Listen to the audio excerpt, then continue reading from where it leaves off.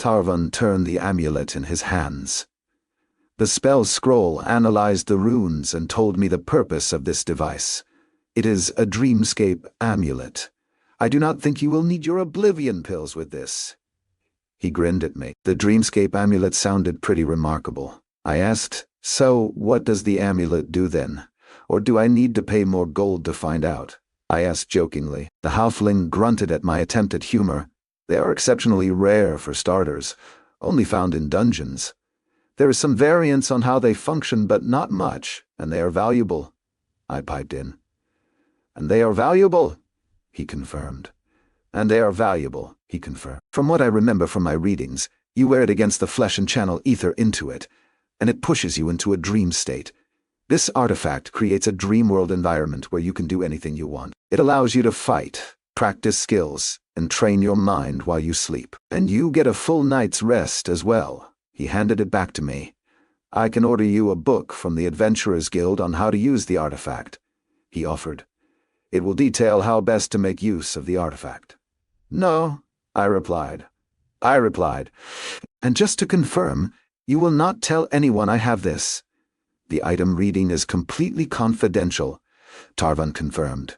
My reputation is at stake. I nodded and figured it would be less so if Tarvan suddenly ordered a book on the specific artifact. Is the dream different than a normal dream? How do you wake up from it? I asked as I slid the amulet under my chest armor and into my dimensional space. The halfling shook his head. I have told all I can discern from the scroll and my memory. If you want to sell, I can connect with buyers outside the Tellian Empire. You will get twice as much as if you sold it here in the capital to the Tellians. His tone was neutral, but his offer indicated he did not like the Tellians. I think I will hold on to it for a while. Out of curiosity, how much would this be worth? I asked indifferently. Tarvan grinned a trader's smile. Dungeon artifacts like this are rare. My best guess, 5,000 to 6,000 outside the Empire. If at auction, it could be more. But the guild does not host dungeon auctions inside the Empire's borders, he added pointedly. Thank you, Tarvan. I stood and left the halfling. I returned to the Eastern Legion Hall and did not find anyone in our bunk room. My guess is they were all out shopping with their new gold. I removed my own armor and dressed in the clothes I had procured yesterday.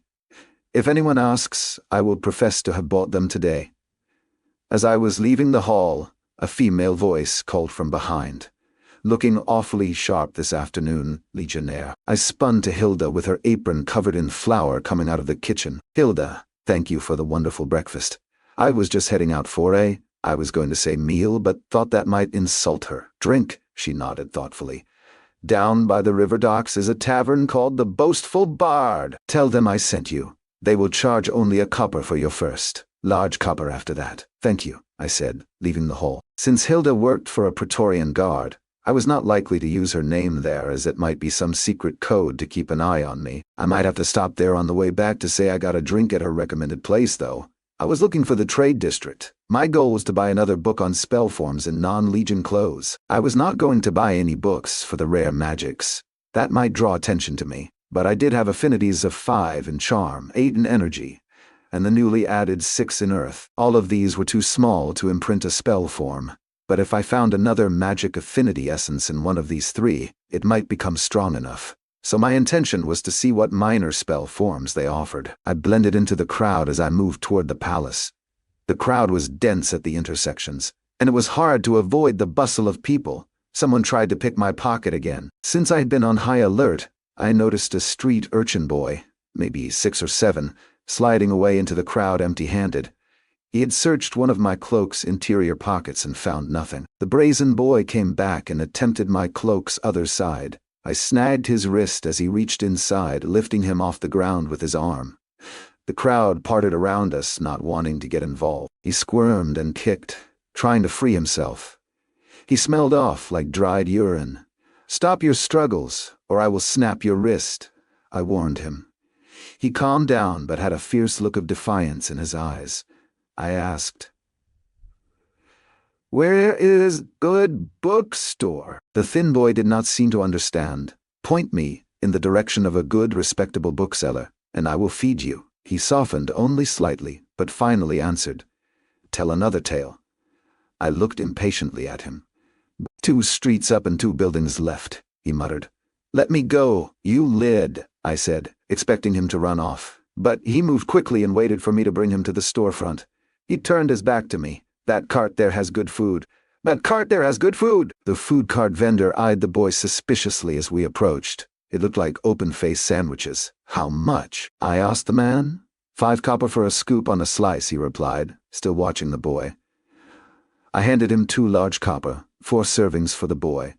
He looked surprised, and the boy was drooling as I spoke and wide-eyed at my generosity. I left the cart and the boy to feast. I entered the bookstore. It had the familiar library scent of aged paper and leather bindings. It was an orderly shop, but only 6 long double-sided shelves were in the center. An old woman approached me. Young man, what are you looking for today? I smiled at the woman. My twin nieces just had their tablet coming-of-age assessment. One had an energy affinity of 11, and the other had an earth affinity of 12. I hoped to get each of them the most basic book guiding them to a spell form for their affinity. The woman's smile had yellowing teeth, and one missing incisor. Congratulations! Twins are more likely to have a high enough affinity for forming a spell form. She waved me forward to follow her. I just received a translation to Tellium from the Esenhem elves for the energy affinity. She pulled one of 6 identical thin books from the shelf.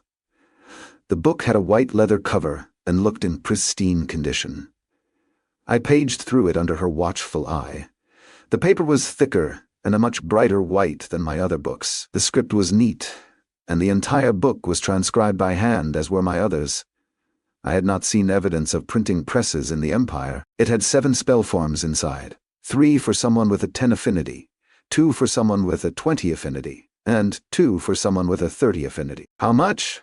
I asked the old woman. 1 for each step of affinity, 10, 20, and 30. The elves obviously had better magical knowledge. Still, these were what I was looking for. I nodded after paging through, and the woman offered 9 gold for both. That was less than I had paid in Maca, but I had no concept of the book's value. I planned to buy them, but tried to get a little more. Can you throw in some storybooks? 1 for each girl? I only wanted more material to help practice my reading. I wish I had an uncle like you growing up. The old woman gave her gap-toothed smile. I have just the 2 tales for the young women. Persephone is a tale of the love of a mortal and the god of the underworld. She pulled out a thin red book.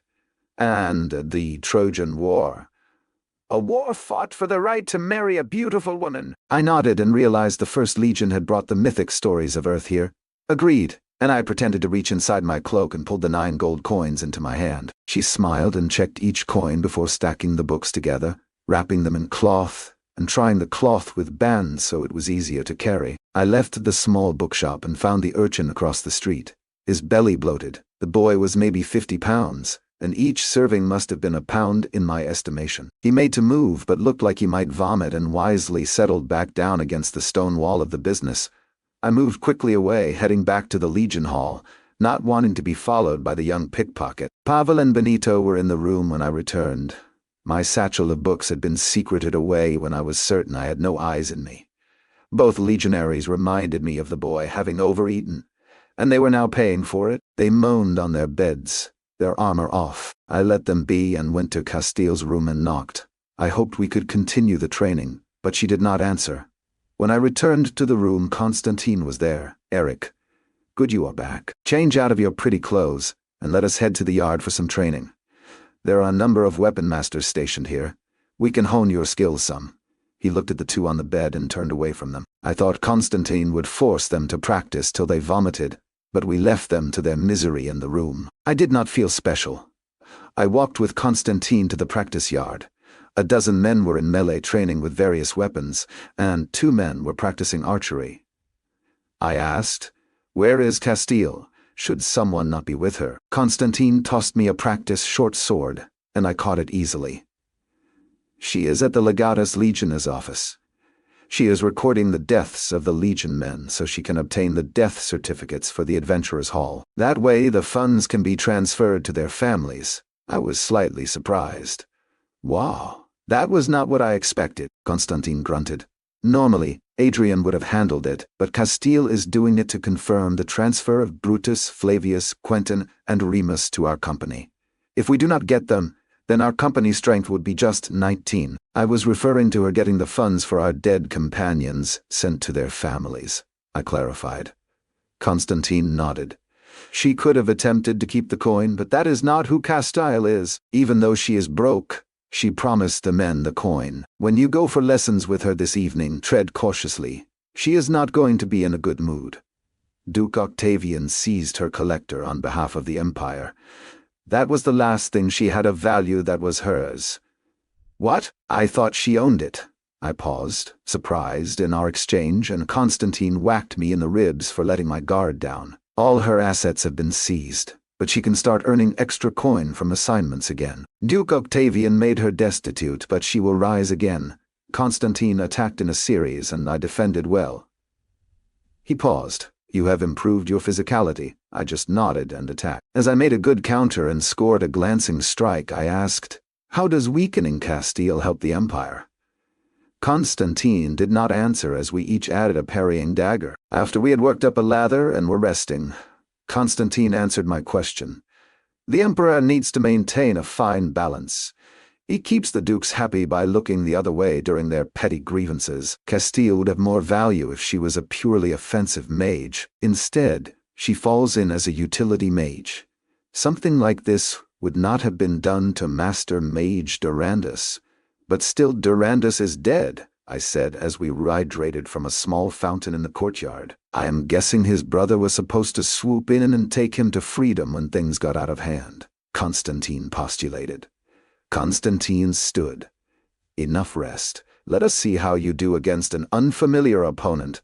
I groaned as I stood. 2 hours later, I was nursing my bruises in the hot, soaking baths of the Legion Hall.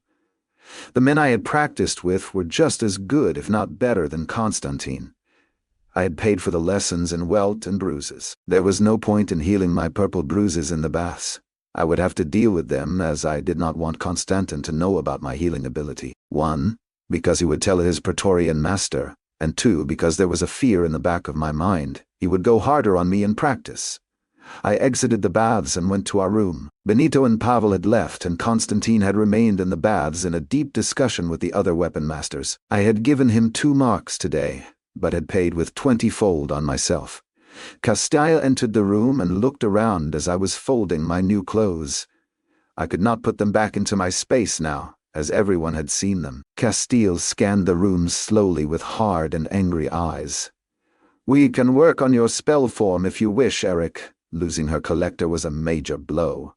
I would appreciate that, I said, following her to her private room. I was looking forward to her lessons.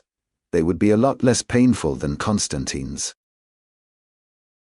I sat with Castile at a desk while she produced 3 books from a leather pouch. These are basics of Aether shaping from the introduction class at the Mage College. You can store them in your space when you are not studying them. I thought you had no funds, I asked as I paged through them. These are old texts, and I still have a few friends at the college. These books have been collecting dust for 100 years and will not be missed. They take you through the 3 stages of spell shaping. Either awareness, manifestation, and manipulation. She had obviously gone to some lengths to procure these for me. Thank you, I said with genuine appreciation. Well, I still think you are wasting your time, she bristled, but had been obviously waiting for the praise. You can study them on your own and ask questions of me in private. All mages in the Empire are to be trained at the Mage College. Since you are technically not qualified to be a mage, I think we are safely outside of the law. I studied her face, and it was obvious she was going to some lengths to show me that she was doing a lot to help me. I knew it was to gain my loyalty. How did your time at the Legatus Legionis go? I inquired, closing the books and sending them to my storage. You have been talking to Constantine. Where is that old man? Castile asked with a small smirk. I would not consider Constantine old. He did have some grays in his beard. He abused me in the training yards this afternoon with the other weapon masters. They are relaxing in the hot baths now, talking about the best way to parry an overhead axe swing of an orc warrior, I informed Castile. Castile's eyes hardened slightly. She asked suspiciously, training with weapons masters? Has he asked you to serve his Praetorian Guard master? I decided to trust the Castile with the truth, not since Maka. He said they usually do not accept foreigners into their service. I reached for information with a question. Do you know who he serves? Castile Eyes told me she was thinking about revealing it. She was working hard to cement my loyalty. And her body language told me she was worried Constantine was going to swoop in and take me away. She finally said, I believe he serves Antonia Segreto.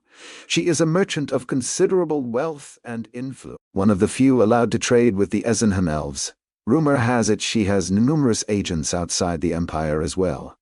I do not know how Constantine became involved with her or why he is in my company. My best guess is that I travel the Empire more than most mage companies, and he reports interesting news to her. I digested all that information. And Firth, I asked about the other Praetorian servant I knew in our company. Castile grunted comically like she had eaten something sour.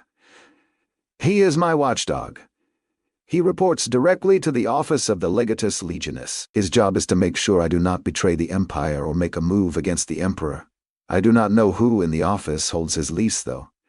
She sounded less enthused and trusting about Firth. I guess knowing someone was ready to stab you in the back the moment you crossed a line would do that to you. It also now made sense how she seemed to send Firth away on short assignments more than others in the company. We started working on the spell form for the air shield, and after 3 hours, we ended the session to go and eat. We gathered the others from the bunk room and went to the small private dining room. Constantine went down to collect the food and drink with Pavel from the kitchen. Benito rubbed his stomach, saying, I do not know if I can eat any more today. When they returned with the food, Benito ignored his earlier proclamation, filled his plate to bursting, and started eating. As we ate, Constantine asked Castile, were the transfers approved for the 4 legionaries? Yes, Castile replied while eating a thick potato soup, the only thing she took. Company's strength is confirmed at 21, even though Flavius is with Master Mage Sebastian. He will be not replaced if he does not return when we leave for the Sobral province. Benito spoke while he chewed. Are we limited in what assignments we can take then if we are not at full strength? Castile nodded. Yes, Benito, that is surprisingly insightful of you. Our company size limits us to certain assignments, but we would need to fall to the company minimum of 12 legionnaires, and then we would be limited to only escort and guard duties. Benito took the compliment by shoving another piece of steak into his mouth and smiling while he chewed. Constantine reminded everyone. The rest of the company should arrive late tomorrow evening. We will meet them and get into the bunk rooms. I have reserved a barge to transport us upriver in the morning. Excellent. I wanted to leave as soon as possible and not wait for the portal rotation. Castile stood. Constantine, if you have a moment, I would like to chat before you all get some sleep. Constantine finished his cup, and then followed Castile. In the bunk room, Benito asked, Did you spend money on those fancy clothes? You know that is just added weight in your pack. Pavel laughed. Benito, he can probably squeeze them into his space now that we are no longer getting any potions. To emphasize Pavel's point, I tightly rolled all my new clothes and moved them into my Legion box in my space. Benito laughed. I never get tired of seeing magic. I would appreciate it if you would carry my pack sometime, Eric. Coins are heavy. I would be happy to transport those for you, I said thoughtfully, but was joking. Benito still dug around enthusiastically in his pack, and was about to toss the pouch to me, but paused, thinking through his action. We all laughed as he put the coins back, rethinking my offer. Benito said through the laughter, It is not that I don't trust you, Eric. I just don't want to have to go to you every time I need a copper. By the time I settled on my bed, Constantine had not returned. The Dreamscape amulet was hidden under my shirt as I closed my eyes and channeled Aether into it. I found myself standing in a familiar room, the entry room of the dungeon we had discovered. The dungeon entry was perfectly clean, missing the orc writing on the wall. The dungeon's exit was behind me, but it was a prismatic rainbow of colors instead of an oily black surface. I had guessed the exit from the Dreamscape amulet was through that archway. I somehow knew my consciousness was now contained inside the amulet. The realization made it feel a little confining and claustrophobic, I calmed myself. The halfling said I would be able to control this dreamscape. I imagined myself in full kit, and the armor formed around me. I drew the short sword and tested the edge. The edge felt as if it had just been sharpened. I walked around the entry room. Everything felt so real as I ran my fingers along the stone wall. I tried to change the wall to a flat granite stone, but it refused my efforts. I tried to change the floor, and again, nothing. It appeared the environment was fixed. Next, I tried to create something alive. I remembered my dog from when I was a child, Oscar, a tricolored Aussie. He appeared and ran up to me, wagging his cropped tail energetically. He felt like a real dog, with soft fur and a wet nose, and acted like I remembered. I spent time creating sticks and balls and playing with Oscar. I was reluctant to vanish him from the dreamscape, so I took him to the next room. The familiar fire beetles dotted the dome and moved about, lighting the chamber. I thought about eliminating half of them, and they started to wink out rapidly. Then I tried doubling their number, and the chamber quickly lit up to a day's brightness. The soft earth in the chamber probably concealed the two ankegs. Could I see them without them erupting from the soft earth? Yes. I knew where they were if I focused. Could I reduce it to just one? Yes, the earth rippled, sunk, and one was gone. What about creating a monster we didn't find in the dungeon? Maybe a griffin? It took a little more effort as I felt the amulet was drawing on my knowledge to create the creature. I surmised the more I knew and experienced something, the better the manifestation. The griffin looked real but acted somewhat aggressive. I banished the creature when it tried to bite Oscar with its beak. What about Constantine? The familiar legionnaire appeared and immediately addressed me. Are you going to laugh about all evening? The stern legionnaire barked at me. Draw your blade, and we can proceed through all the sword forms with a single weapon, 2 weapons, and then a sword and shield. Not today, I smirked, and I willed the ankeg to attack Constantine, and it burst forth from the ground. Constantine rolled expertly away as he began to fight the monstrous creature. Oscar looked up at me as we watched the battle unfold. I had not thought Constantine stood a chance fighting it alone, but he was holding his own. He circled the beast and hacked when he had a chance, chipping away at the chitin shell. Oscar watched, cocking his head, fascinated, as did I. I had thought to get some therapeutic revenge against Constantine, but he was actually winning. The ankeg then sprayed acid and missed him. It, however, created a large area he could not move into while it soaked into the dirt, limiting Constantine's movement. This gave the ankeg a chance, and my dreamscape Constantine was soon caught and crushed in a claw. I dismissed the body and creature, feeling somewhat guilty watching Constantine fight alone. The spider bridge was the same as I remembered. I froze the spiders with a thought before they even appeared and went to the next chamber. The familiar island with the floating stepping stones was here. I was able to freeze the jumping stones so they did not wobble. I moved to the final chamber with the giant scorpion. The snails trailing the viscous glowing liquid were also here. So this amulet recreated the entire dungeon as a dreamscape. I could control everything inside and even create things I was familiar with. Was the amulet's purpose to practice the dungeon before actually entering? Did time pass normally?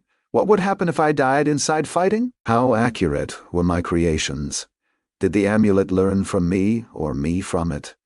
If someone else used the amulet, would my creations remain? I had a lot of questions, and I admitted it was an extremely useful device, even if the environment was limited to the dungeon geography. I begrudgingly admitted I needed the book that Tarvan Fogbough had mentioned. I went back to the ankeg chamber and practiced fighting with Constantine.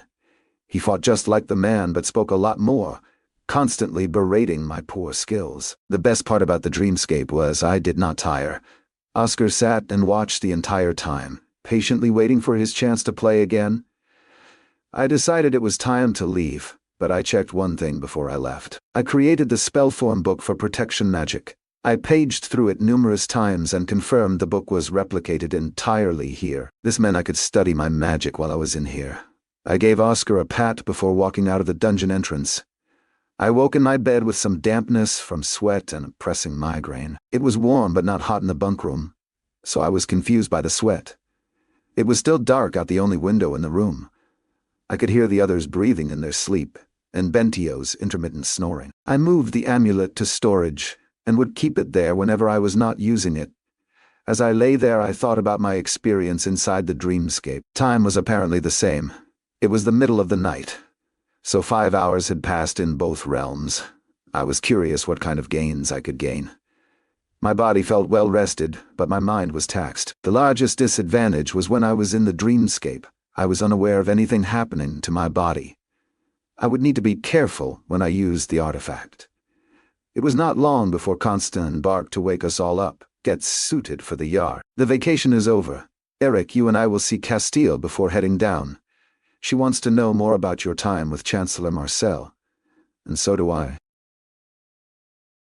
The three of us sat in a small meeting room. My head ached a little bit, almost like a hangover from using the Dreamscape amulet. Castile opened the conversation. Constantine informed me last night the Collegium Scholarium is preparing for a sizable expedition. Constantine thinks you are responsible. I looked at Constantine and then at Castile. Constantine had never questioned me about my interview, and apparently took things into his own hands to investigate. I only answered the questions of Chancellor Marcel. He was looking for the Titan city of Atlantium and thought Durandus found it buried deep in the swamp. Constantine was not surprised, but Castile arched her eyebrows slightly. She looked to be grinding her teeth slightly. Why did you not tell me about this city when you returned? I did not have a good answer. You never asked. I did not think an ancient city buried under hundreds of feet of silt was important. Castile looked over at Constantine and then back to me. It is important. The Emperor is involved. He is sending 500 of the Imperial Legion with the expedition. 10 MASH companies and 3 units of regulars from the western forts are being recalled to protect the site. That did sound like a large investment. What does it mean for us? Nothing, Constantine muttered. If the discovery is as important as it seems, the Chancellor will be given credit for it, not our company. I now understood why they were upset. The knowledge of the buried ruins might have helped Castile during the tribunal. The Chancellor wanted to talk with Brutus and Flavius when they arrived, I offered. Castile held up a note with the Chancellor's seal. I had forgotten to inform them, and winced. I had been focused on myself. Castile shook her head.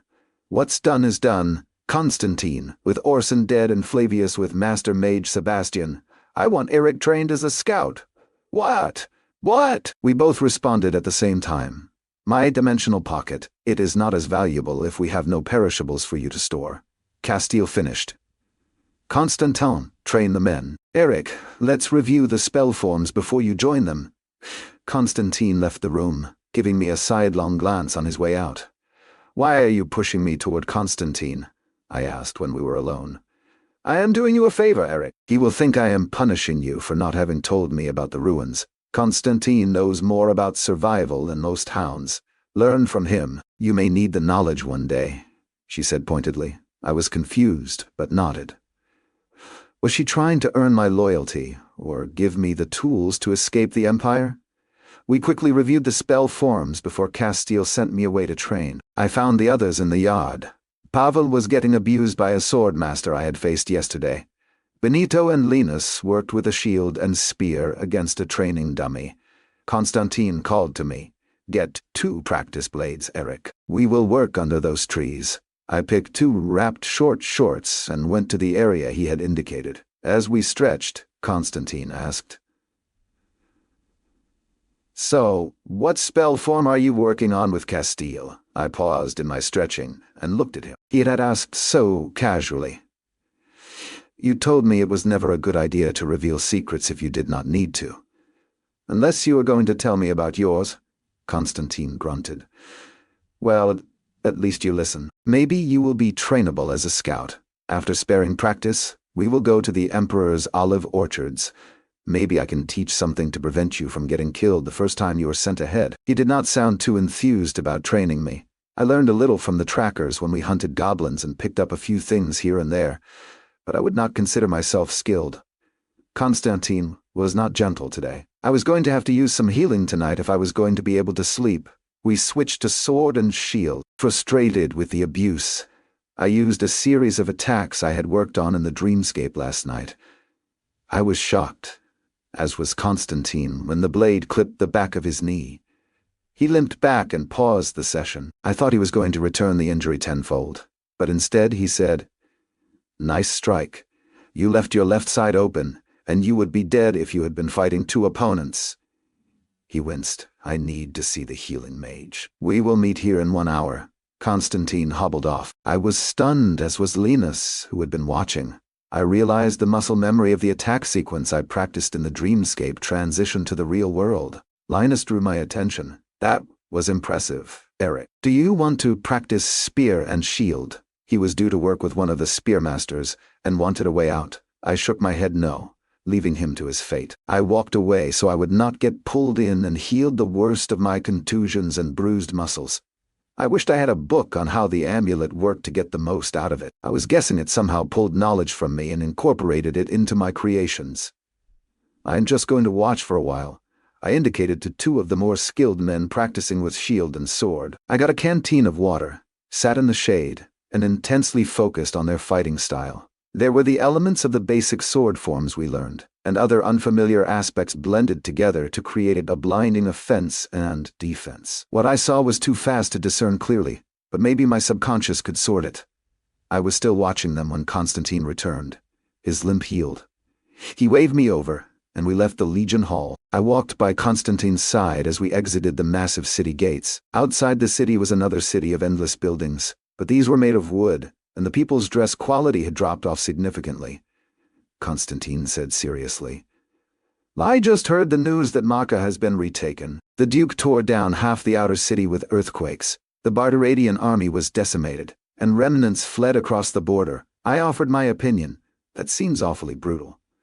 What about the citizens that remained? It is brutal. We can expect there to be a reprisal. The Duke barely lost any men, and is now riding for the border.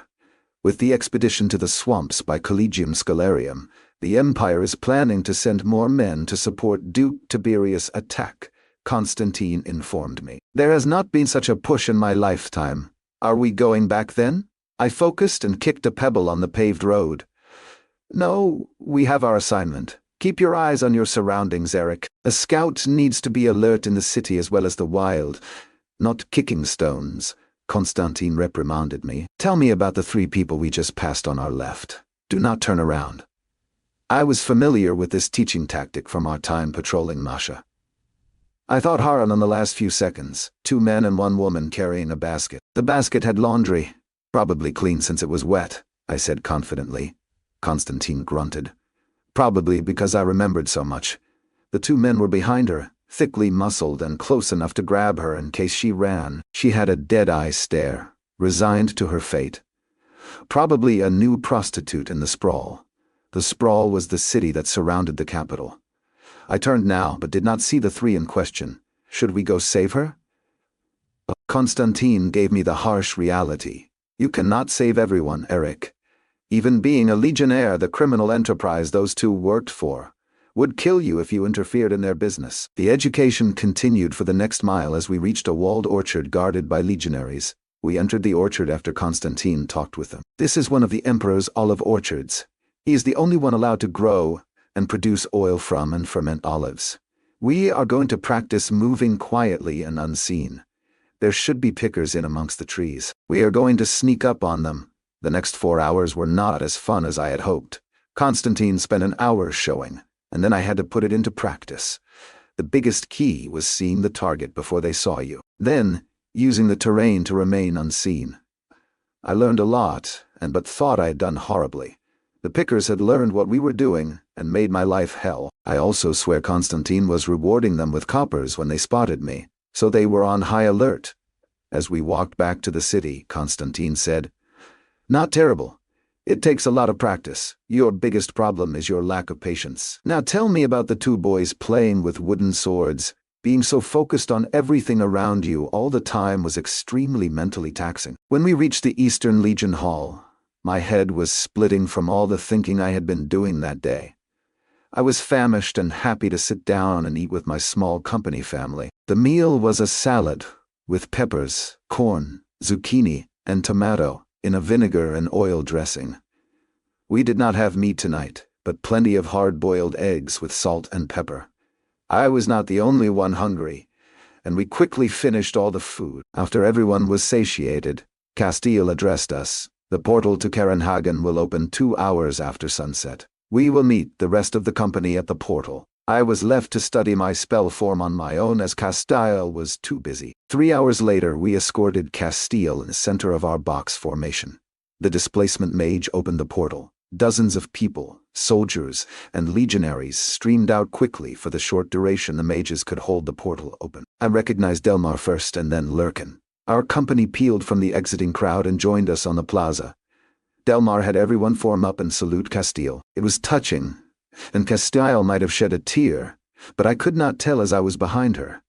Everyone was present except for Flavius. Castile ordered, "Brutus, you need to report to the Collegium Scholarium for questioning. Ask for the Chancellor." She handed him the letter. "Everyone else form a block. We are headed to the Eastern Legion Hall." Adrian and Delmar flanked Castile at the front, and the rest of us formed up behind, and we marched through the city. When we arrived at the hall, we got the news from the men. They had to wait for the next portal cycle to the capital. Benito and Linus were happy to relay our heroic run and the questioning by the truth seekers. We occupied a second bunk room, and everyone removed their gear and armor. The room quickly took on the smell of a locker room, and I think my choice to sleep near the window was a mistake. The airflow was pulling all the odors past me. Soon, everyone was asleep. The heavy breathing and snoring kept me awake. I thought about using the amulet, but knew we were headed to the docks at first light to take a barge upriver to the Duchess's estate. Brutus returned before dawn and found a free bunk in the dark. Adrian's voice cut sharply in the bunk room, and it felt like I had not gotten any rest. "Gear up! Breakfast down in the commons, and then we are moving to catch our ride." The Legion Hall was active pre-dawn as other companies were also moving to their day's assignments. The common room was a cafeteria, and the servers gave everyone the same plate of food. The meal was a thick oatmeal with raisins and dates. I never liked oatmeal in my life, but I forced it down anyway. We marched out into the streets and made our way to the Adventurers' Hall. I was surprised that the transactions went a lot quicker for everyone in the company. Guild Master Icarus was expecting us. Most just paid a small fee to have their prize coin transferred to their family, only taking a few gold themselves. The men were in a good mood, and I think it would soften the blow when they found out their wages were being cut in half. It was mid-morning when we finally made our way to the docks, Firth being the most vocal about not being able to spend his coin at the local brothels. I thought perhaps Castile just did not want him making a report to his Praetorian guard handler. The city of Telion was on a tributary to the ocean, and the larger docks for seafaring vessels were in a small bay. The smaller estuary docks had small barges for trade going up and down the wide river. Our barge was 40 feet long and 15 feet wide. We all piled in, and I was glad we were not walking to the Duchess estate. The barge was one long, wide, shallow bathtub. It had a single mast and a sail in the center. It was crewed by 3 men. One worked the tiller, one the sail, and the third created the wind with his spell form.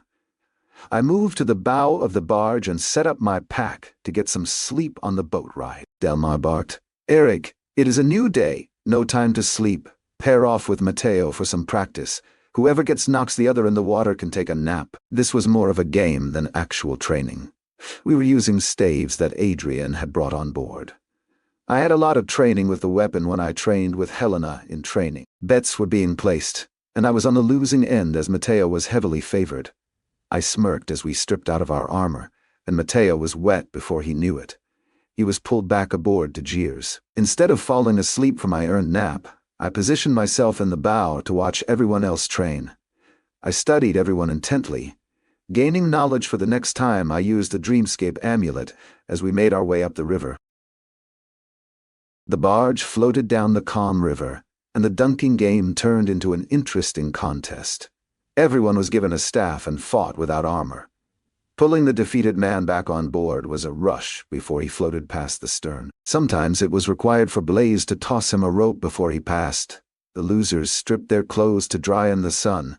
I was asked a few times if I wanted another go, but I declined. We did learn that Colm could not swim, and Firth jumped in first to save him from drowning. Colm was vomiting up water while Firth swore at him, breathing heavily from the effort. "Damn it, Colm.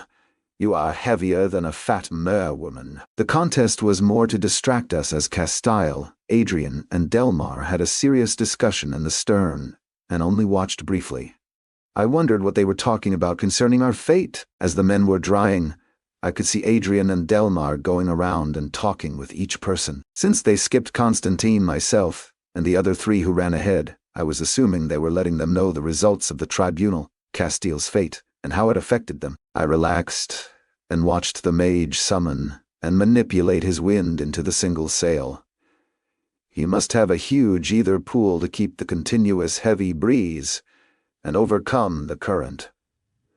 The mast even groaned under the stress. After the staff battles had finished, and I got bored watching the sail, I focused on the passing shoreline. The river was wide, over half a mile across. There were numerous small towns and farms along the western shore as we traveled. I assumed the man at the tiller was keeping the box-like barge in the river area with the least current. When we veered close to the eastern shore, Blaze suddenly stood and released an arrow. A squeal of pain erupted from among the trees. Blaze announced while scanning the trees, "No. Everyone be prepared for an attack." We mobilized quickly. Shields came up, and the barge angled away from the shore. Adrian and Castile were talking, and I overheard small pieces of the conversation. We were only 15 miles from the capital, and it was unusual to have gnolls this close. They were on the far shore, but still, it seemed to unsettle my comrades. Gnolls appeared to be a hyena humanoid in their appearance. After a few miles of river, everyone relaxed, and we stayed away from the eastern shore. Constantine came and sat with me. "What do you know about gnolls?" I was about to get some more scout information. "Just what they look like," I responded, having seen a few dead ones fleeing Maka. Gnolls are a plague because one pregnant gnoll gives birth to 5 or more in just 3 months. The young grow to maturity in just over a year. 2 of those birthed will likely be female. And then you have 15 or more pups on the way. In just 2 years, they will start sending out hunting packs. They are carnivores, and will eat any flesh. Brutus sat on my other side, adding, "I was always told they plague us because we killed off their natural enemies, larger creatures and the like. Now they are able to breed unmolested." Constantine laughed with mirth. "That and the wood elves have left the lands. Before the First Legion arrived, dozens of small elven villages were within the borders of the Empire. The wood elves hated and hunted gnolls with a passion. Brutus defended the Empire. The elves were banished from the Empire because they would not join the army or pay a tithe to support it." Constantine huffed a short chuckle. "That is what the history books say." "That is what the history books say, but the history books are written by the Empire. I am sure if you asked the Barteradian elves or the elves of Essenham, they would have a different retelling of the histories." I soon tuned out Constantine and Brutus debating the histories and policies of the Empire. I closed my eyes, listening to the water rushing under my head in the bow, and finally got some sleep. "Wake up," Brutus shook me. "We are making landfall to set up camp for the night." I stirred and found it was late in the evening. "Why are we not traveling throughout the night?" "He's out of ether," he indicated the man who had been filling the sail. "We are going to beach the barge at that town." He pointed at a small village with a row of fishing boats moored appearing ahead. Adrian spoke to everyone. "I have been told there are only 8 rooms at the inn in the village. Castile will stay there and everyone else on the barge, unless you want to pay the coin for your own room," he added. Brutus murmured to himself, "As long as it doesn't rain, it should be fine." I forgot Brutus did not receive a share of the dungeon discovery reward. Firth was the first one off the barge when it hit the sandbar. He turned to everyone. "If this armpit of a village has a tavern, then the first drink is on me." That call got everyone to mobilize off the barge. I remained and watched the bargemen drive stakes into the shore to anchor the craft. The 3 bargemen then went to the tavern. I was left on the barge with Lurkin and Matteo, who were sorting through the supplies that had been packed on the barge before we left. Most of it was provisions for the 6-month assignment. I approached the 2. "Do you need help?"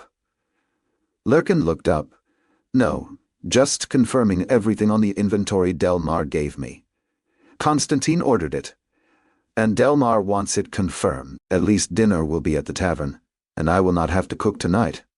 I would have prepared a meal on the river, but I get a little sick from the motion." I sat on a crate. "What did Adrian and Delmar tell you this morning?" Matteo answered. mostly to take better care of our packs and gear. Castile no longer has an account at Legion Halls, so we must pay from our weekly pay to replace our gear. Still can be housed and fed at the halls, Lurkin added unhappily. We can still exchange worn-out gear, though, also. Our weekly salary needs to be drawn when we are in cities, and at half the rate we have been receiving, he grunted. Adrian said she would make it up from the sale of loot eventually, though. The real kicker is the healing potions. Adrian told us not to get hurt. Mateo laughed harshly. Castile is a mage. Why can't she just learn to cast a healing spell? Said Lurkin as he rolled up the ledger, having finished. I am sure Castile would if she could, I replied, defending Castile. Lurkin grunted and noted, missing one crate of potatoes, not bad considering how rushed the order was. Lurkin and Mateo remained to guard the supplies, and I went to get dinner. They were going to be relieved by Blaze and Firth later. As I walked, I also planned to check if any more rooms were left at the small inn. The noise in the tiny town led me to the tavern, where everyone else was drinking and eating. The local food was a spinach pie cooked with bacon fat and chunks of roasted garlic and onion. The crust was buttery, dense, and filling. I listened to the conversations at my table. Most of the legionaries were angry with how Castile was being treated, and how it had a trickle-down effect on them. I finished a second serving of the spinach pie and asked the barkeep where the inn was located. It was directly across the street but did not have a sign on it. There was a single room left for 1 silver for the night. I gladly paid and went and knocked on Castile's door after checking out the small room. Adrian opened the door, and it was obvious they had been eating dinner and discussing company business in her room. Castile motioned me in.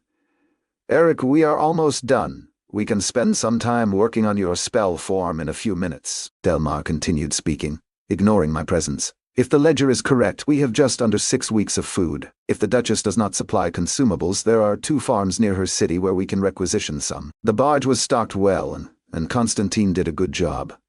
I would still like 10 more small bundles of arrows and 2 bows. Lurkin and Felix are our 2 next best bowmen.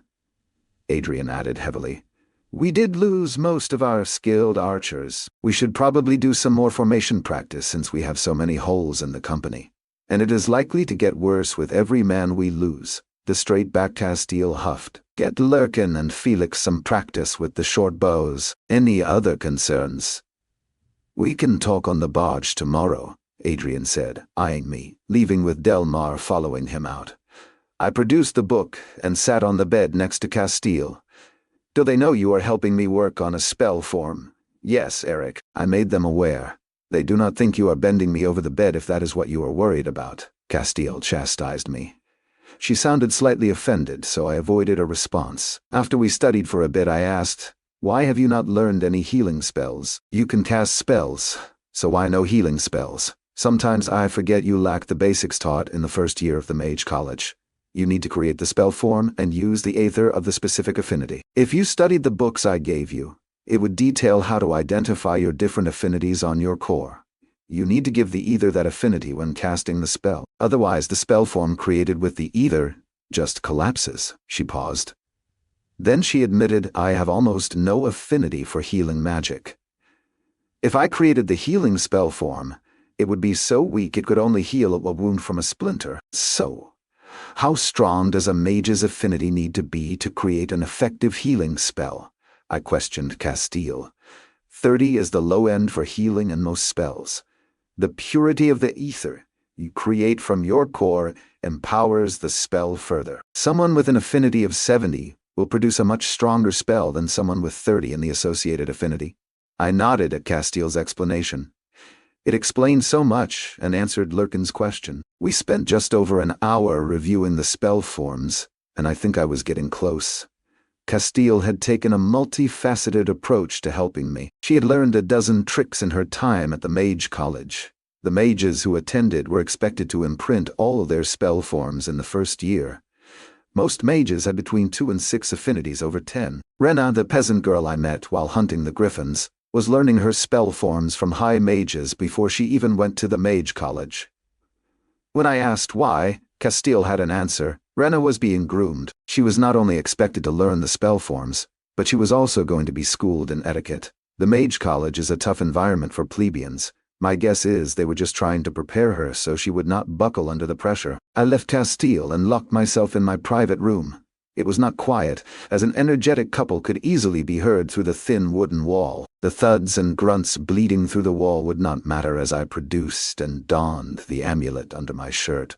I probably should have brought my armor to my room from the barge, but decided against making a return trip to the barge. Laying down, I channeled either into the amulet. I was stunned to find an excited and barking Oscar, happy to see me in the entry room. I walked into the next chamber, and the disturbed soil and blood from Constantine was still there. This was unexpected, as the amulet did not reset when I left. I gave Oscar a pat, and then watched as I had an ogre and Ankeg battle. The Ankeg won after a very graphic and smelly fight.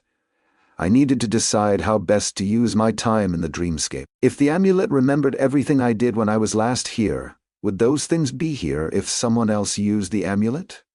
Could the amulet learn from other people as well? Every question led to another question. I needed to know more about its capabilities to get the most use out of it. I considered asking Castile. She seemed genuine in her efforts to help me. I materialized a shelf and a comfortable black leather reclining reading chair in the entry room. I took the protection spell form book and continued studying from the evening. The quicker I learned the windshield, the safer I would be. Oscar was in my lap, and I had absent-mindedly rubbed his head while I studied the book. I spent about 6 hours in the Dreamscape before returning through the prismatic dungeon entrance. My head ached again on the bed in my room when I returned. I returned the amulet and slept a few hours before an irritated Constantine banged on my door. "Eric, if you are in there, we are leaving soon. Get your arse in gear if you don't want to be swimming to catch up. Next time, let someone know where you are sleeping." I put on my boots and rushed down to the barge. I caught up to Constantine, who had a gleeful smile on his face as it looked like the company was just starting to eat breakfast on the barge. He had me rush for no reason. "Grab some food and we can walk the woods around the town. The barge leaves in a few hours. If you are going to be a scout, it is all about practice, and we have time to practice." At least my headache was gone from using the amulet. Constantine waited while I retrieved my armor and suited up. Delmar laid into me. "Eric, we found your armor here this morning and just assumed you drowned. You sleep this far again from your armor, and you will wish you had drowned." I did not argue, but figured it was unimportant since we were in a town. I had my short sword and my own tricks if something had come up. Brutus elbowed me. "Don't worry, Bentio lost his helm to the river last night, and Lysander left his armor on the barge as well. He spent the night warming the bed of the old server woman at the tavern. The fat one." He laughed at Lysander's desperation, and others listening joined in. Constantine yelled, "Hurry it up, Legionnaire! If there was an enemy in the woods, they would have taken their morning shit and be eating second breakfast by now." I was not so sure I wanted this scout training. No, I did want it. I just would have preferred it was someone other than Constantine teaching me. I finished buckling the armor and walked toward Constantine, who was already walking away. I did not run after him.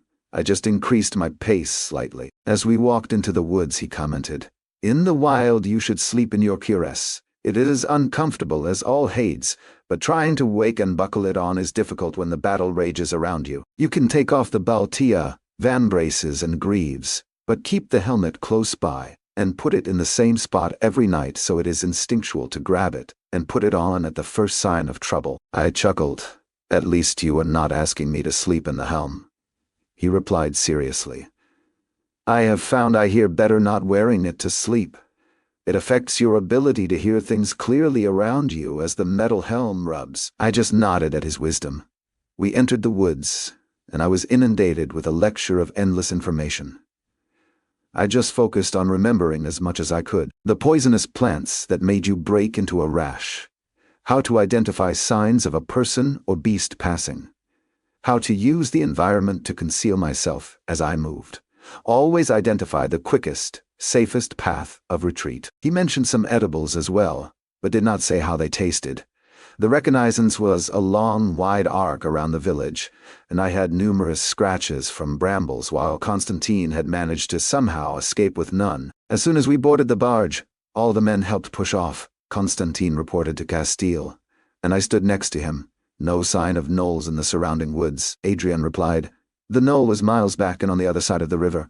Do you think its pack followed us? Everyone looked at Constantine, who spoke from experience. There is easier prey in the woods on their side of the river to feed them. But they are already bold being so close to the capital, Constantine asked indifferently. Do you want me to scout to the opposite shore? Castile shook her head. No. We already warned the village to be on alert, and they will spread the word of the knoll sighting. I only noticed a few gnolls following our progress on the river with my sight. If we knew how large the pack was, it could help. Constantine made a supposition. I think Duke Tiberius pulled too many mage companies to him from the capital. Due to his war preparation, they probably have had limited patrols for months out away from the cities and large towns. Adrian seemed impatient. We should reach the city of Parvis at midday. If they are going to attack us, it would be before then. We should keep shields and archers at a ready, Delmar grunted. We were going to do that anyway. The bargeman said Parvis has the only bridge across the Agantero River before Sobril. The meeting of the minds was finished, and I was allowed to take my reclining seat in the bow. The barge made its way to the center of the river, and the bargeman, with the wind spell, started to move the barge into the choppy water. Delmar had crates shifted and shield men and bowmen ready to respond. Adrian gave everyone the day off from training as a number of men had already sacrificed their breakfast to the river. The water was much rougher today, and the large barge rocked in the waves. I, however, did not get the afternoon off. Constantine questioned me endlessly about what he told me this morning. It was like he expected me to remember everything after just one telling. Lurkin attempted to cook, but failed miserably as he had motion sickness. We ended up beached on a sandbar intentionally to stabilize the barge so he could prepare a lunch of sliced ham wrapped in pickled cabbage leaves. It also gave the bargeman who was creating the wind a break. While we ate, a small water funnel moved down the river away from us. One of the bargemen shouted, "It is just a minor water elemental. They are harmless as long as you do not bother them." Castile also took time to send out her all-seeing eye to scout the far shore. I overheard her tell her lieutenants that she did not see any signs of a Knoll war party following us on the opposite shore. After lunch, I was one of the unlucky men who had to unbeach the barge. We sunk into the wet sand up to our knees to push the boat back into the current. We were going to make Parvis before nightfall, and then it would just be one more full day on the river to Sobril. It's soon to rain, and the wind started to turn gusty. Fortunately, we had the gusts at our backs, but waves still washed over the low barge rails. We all scrambled to protect the cargo. I was close enough to hear Castile talking to the man on the tiller. It might be magical weather. It does not feel like a natural storm blowing through. We should probably make for shore and wait it out. The waves were getting larger, and he nodded and yelled in the whipping wind. We are 30 miles from Parvis. If we land, we will not make it before nightfall. Castile looked to Adrian and Delmar, who both nodded. Castile acknowledged, "Land the barge." As soon the barge hit a muddy bank, Delmar ordered all the crates of supplies to be brought to shore, and we would make camp in the trees, high up the riverbank. The shore was a soft mud with a constant wash of waves. Before we knew it, we were covered from the waist down in the black mud, dragging the supplies up the 20-foot-high bank. Castile had made the correct call as the storm intensified, and the rain started to turn into a heavy, thick haze with no signs of slowing. It took hours for everything to be brought up and covered, and the bargemen anchored their raft, but the heavy winds pushed it further and further and further into the mud as the river rose. Even I could see what was going to happen. The river would fall, and the barge would be stuck in the mud. Even though the bargemen knew it as well, they had no choice as the chop on the river was intense. Delmar was screaming to be heard as we set up camp in the evergreen trees off the bank. He was trying to direct us where to set up tents and get sentries set. Our packs were the last thing we had brought up from the barge, and mine had been sitting in water for over an hour. Dante's pack had washed overboard, and he had lost 15 gold. He was not the only one with the bad luck. Half of our Legion armor lost pieces of armor, mostly vambraces and greaves, washing overboard. We had not worn our full kit in case we fell into the water. It would have been more difficult to swim in them. I was fortunate to have saved all my armor, although the padding in my helmet was soaked. We all fought to set up our tarp tents where Delmar wanted them. I staked my corners and hacked thin green trees to create ribs inside. It was very crude, but I had at least gotten myself on a bed of pine needles and would not be sleeping in the mud. The rain continued to fall in sheets outside. My tent was open at one end, and I could see others struggling. Adrian popped his head into my tent, looking at my dry space. "Nice work, Eric. You have the first watch." He pointed out into the trees, 10 paces that way. "Dinner is your packed ration bar. Felix will join you on sentry." He walked away before I could reply. I pulled out the wrapped bar, quickly consumed it, and then washed it with a canteen of water. I rubbed the wax off the leaf and pocketed it for when I had to shit later. I pulled one of my oiled heavy rain cloaks out of my storage space. It was a Legion-issue cloak, so its appearance would go unnoticed. As I stood up in the rain, I was mostly worried I would find someone in my tent when I returned after being relieved. My tent could squeeze two, but was comfortable for one. I moved to the trees to find a shivering Dante. I felt terrible for him since he lost a small fortune when his pack went into the water. At least he had sent most of his reward to his parents before he left Telha. "They said to give this to you."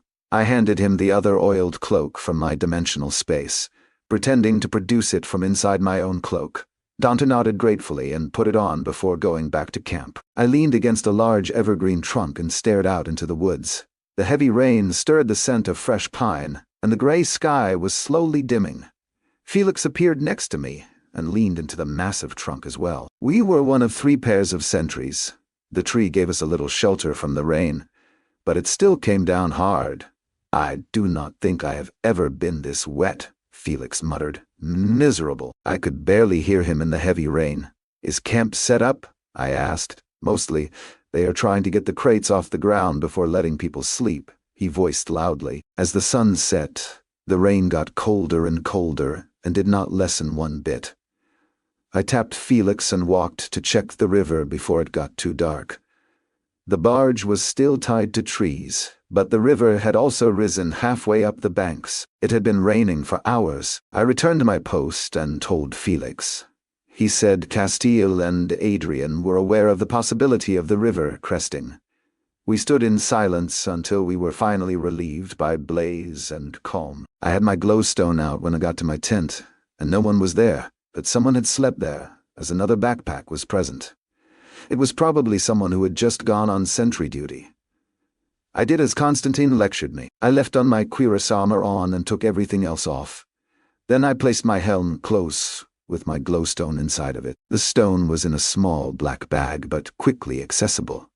I had my sleeping roll under me and used my oiled cloak as a blanket. I had only closed my eyes for a few hours when 2 sharp whistles rang out. Then a voice cut the heavy thuds of rain. "We are moving camp. The river is going to crest soon." It was Adrian yelling for all to hear. Glowstones appeared in the dark camp as everyone scrambled to pack their gear. I put on my armor and helm, stuffed my backpack with the wet bedroll, and took down my tarp tent. Brutus came and took his pack from my tent. His own tarp had been used to cover the supplies.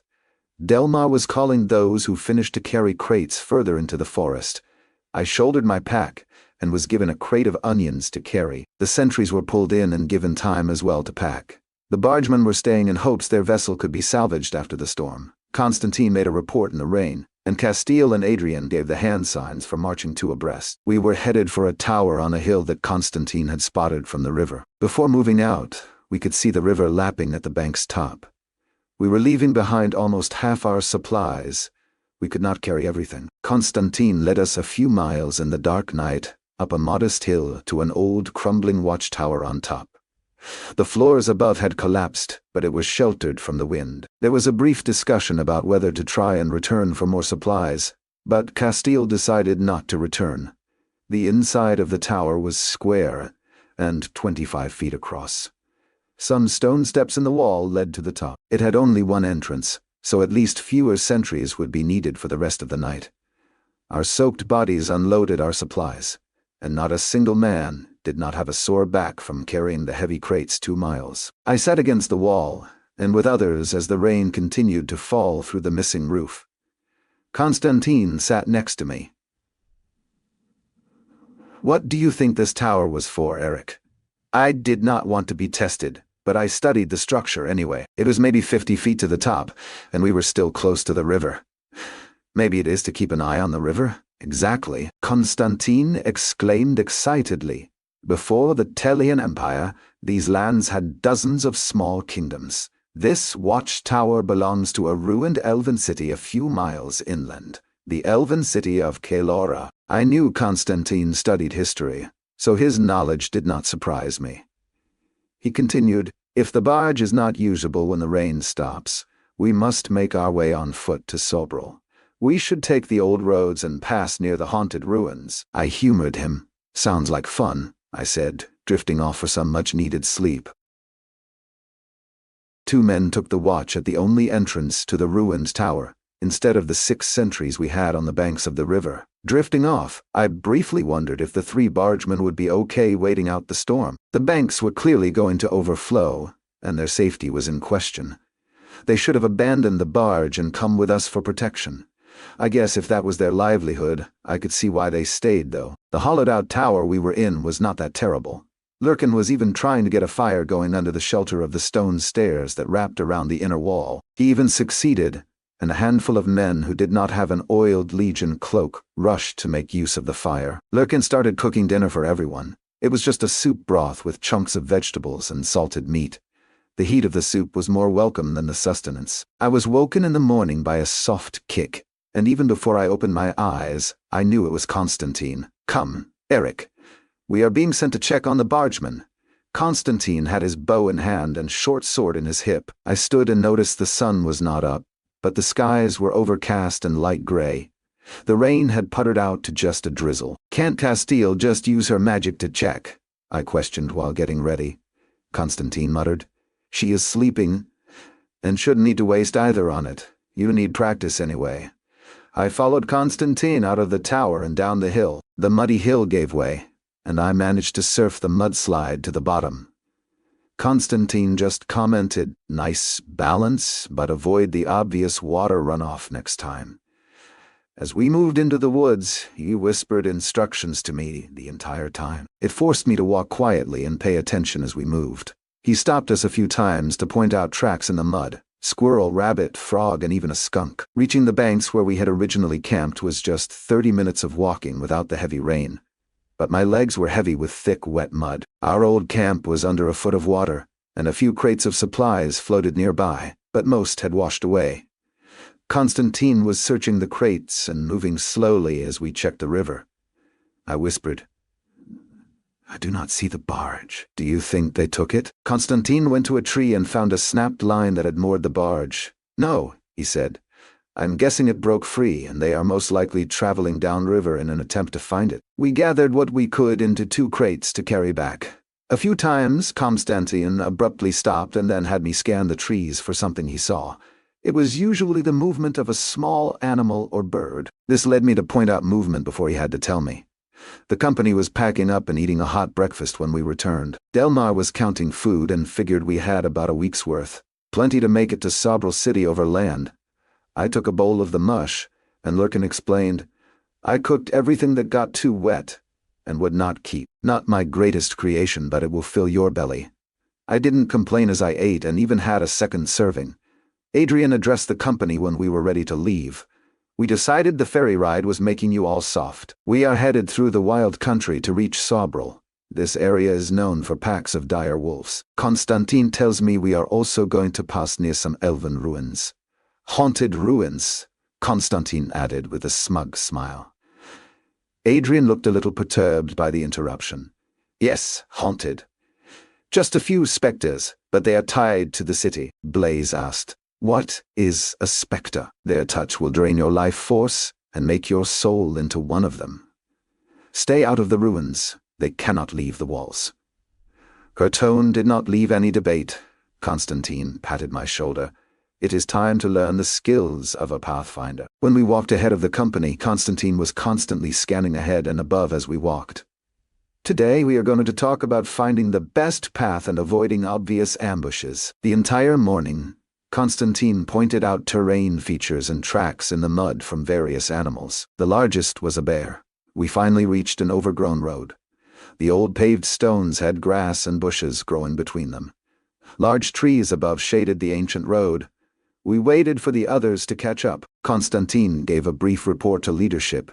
"Just one bear, too small to bother us. There were no signs of the dire wolves, but the rains washed all signs of older tracks. "This is the road that leads south to the Elven ruins and on to Sobrel." Adrian asked, "Will the city be easy to get around?" Constantine shrugged. "I have only read about it. I studied a lot of old maps and histories.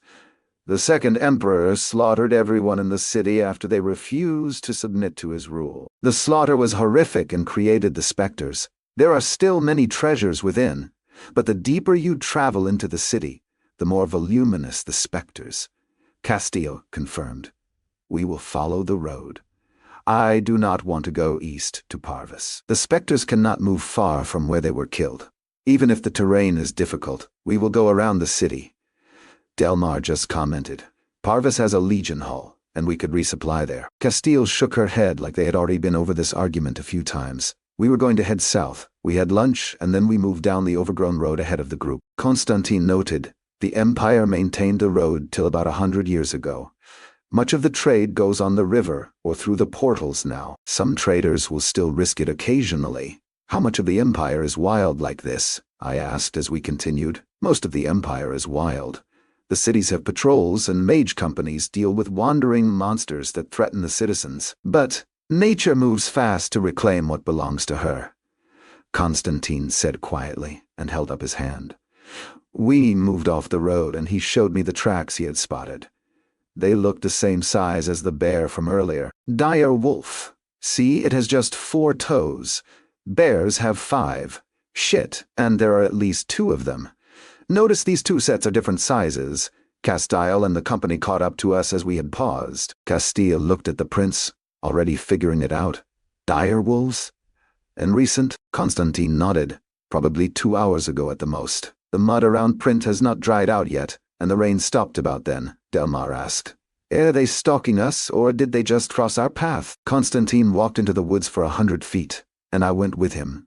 The tracks remained perpendicular to the road. He returned to report, "By the looks of it, 5 dire wolves, and they just crossed here. They were not stalking us, but we should find a defensible place to make camp tonight." Castile narrowed her eyes. "We are not camping in the ruins, Constantine. Specters are easier to deal with than dire wolves," Constantine advised with a straight face.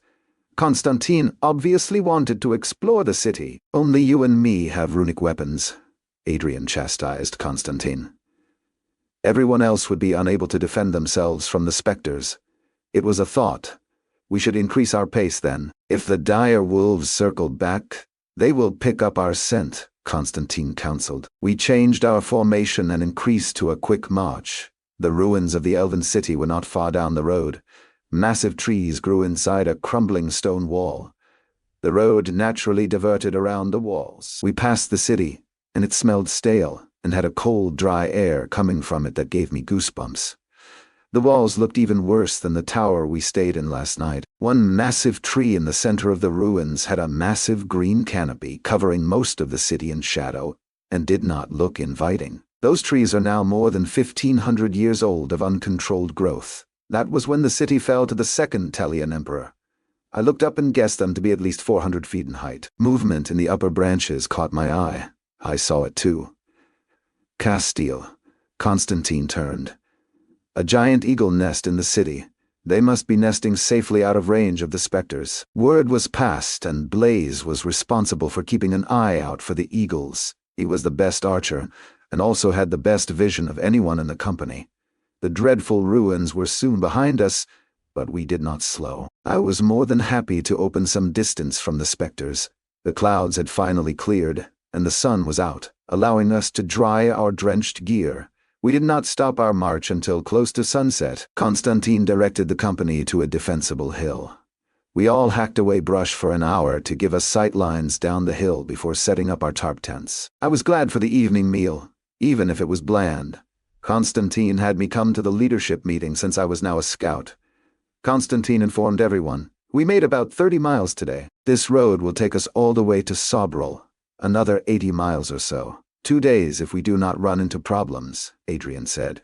"We should lighten our packs, drop the extra food and lean on the Baroness when we arrive." Delmar, who was responsible for logistics, disagreed. We already lost most of the supplies. Half the men are missing a piece of their armor. We are not going to be able to replace anything in Sobral City. There is no Legion Hall there. I still think we should have headed for Parvis. Castile agreed. We carry everything. Lurkin said some of the men's chafe marks were getting bloody. We are going to struggle to keep up this pace. We have done it before, Adrian intoned stoically. He was referring to our run to get the capital for her tribunal. The sun was almost gone, and a massive howl broke the evening air. We all turned and listened as the cry was answered. Constantine spoke. The dire wolves. They are hunting, but not us. It is too far away, Adrian said. I am still going to increase sentries to 9 for the evening. Constantine elbowed me, which I guess meant our presence was no longer required. As we walked away, he said, one of the benefits of being a scout is you do not have to stand sentry at night. You can still volunteer, but you will not be called on. But before the light of day is completely gone, let's see how much you remember. Constantine questioned me on plants around the hilltop until it was too dark to see. I gratefully climbed into my tent both mentally and physically exhausted. I thought about the amulet but did not want to be inside it if we were attacked, so I abandoned the idea. I needed the rest, but the dire wolves were on the hunt a few miles away. I imagined how fearful it would be for the animal they were chasing. I doubted it was a human, as they would not have to chase a human. I guessed an elk or deer. Snarling, barking, and cackling erupted from the woods to the north. I immediately left my tent. I was not the only one now listening intently and watching the dark. Blaze was standing next to me. Gnolls. The dire wolves are fighting gnolls. Constantine agreed. Yes, definitely gnolls by the sounds. I am curious if they are the same group from outside the capital. It does not make sense unless the lone one you killed was the Alpha's mate. Blaze shifted uncomfortably. Don't worry, Blaze. The dire wolves are taking care of them. It sounded like a violent fight and continued for minutes just a few miles away. Then the dire wolves howled in unison, indicating their victory.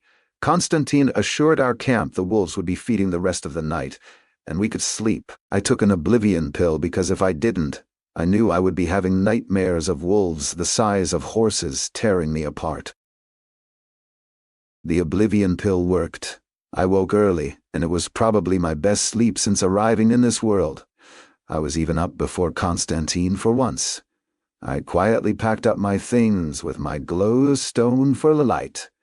I moved to a fire with some coals. I stirred them and added some dry wood to get a little fire going in the chilly pre-dawn air. I was surprised when Delmar came out of his tent, sat next to me, and added some wood of his own. How is your training with Constantine progressing? He asked as the wood started to burn into a healthy fire. I am learning a lot. He is quite knowledgeable, I replied. Maybe my tone was flat, or it was how I said it. But Delmar laughed. That well, huh? I argued against it. Even though we do not have potions for you to carry, we should be using your space for something.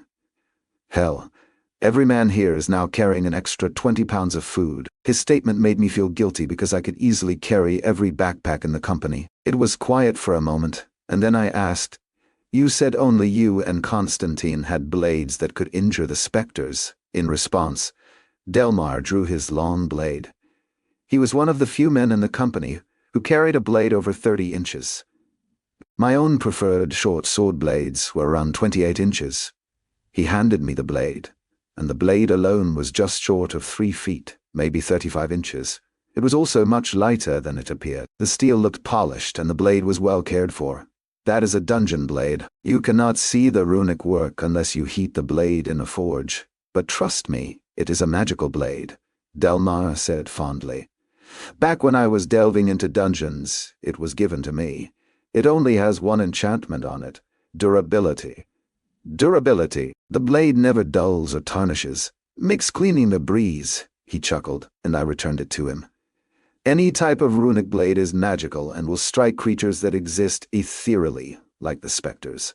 How do I get one? I asked. And our quiet conversation got a short, loud chuckle from Delmar.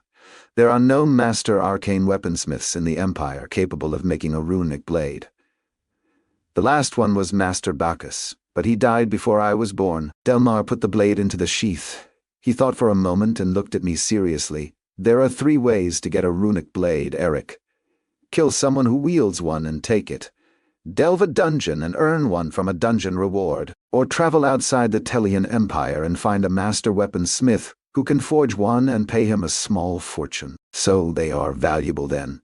How much would one cost? I asked, hoping to get some comparison to my amulet that was valued upwards of 6,000 gold. Very valuable. I am not a trader, and too many factors equate to a blade's worth, but most end up in the hands of the first citizens or their personal legionnaire guards. A simple runic dagger might cost you 100 gold. A blade. He tapped his sheath. 1,000. My jaw hung open because that was the reaction I knew he wanted. Is Constantine's blade the same as yours? A durability enchantment? I asked Delmar since he seemed so talkative. No, came a gruff voice from behind me. I jumped at the sound. It was Constantine, and he sat at the fire with us. My runic blade was forged by an Elven smith a millennia ago. It is designed to overcome the defenses of the undead. I was disappointed he did not draw it to let me look at it as Delmar had. He usually used a practice blade or wrapped his blade when we practiced. Constantine put some ham on a stick and began heating near the coals. There was an awkward silence, and then Delmar asked, "You never told me how you came by your blade, Constantine." Constantine grunted. The first option.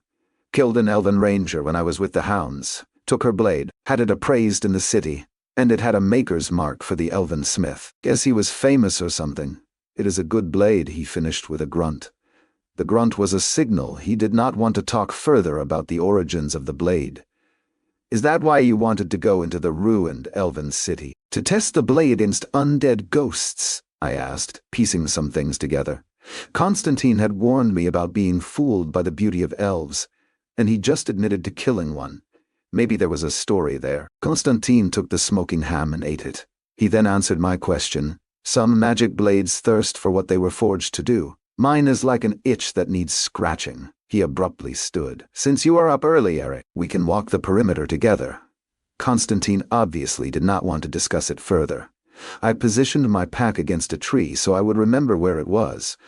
Once the whole company woke, I did not want my pack mixed with another by mistake. I followed Constantine, and he started to descend the hill. Constantine, should we be heading out there? Just the 2 of us with the dire wolves so close. He didn't stop but said, "The wind is blowing this way," he indicated with his hand. "We will smell them long before we see them. Besides, we are just circling the base of the hill to look for tracks."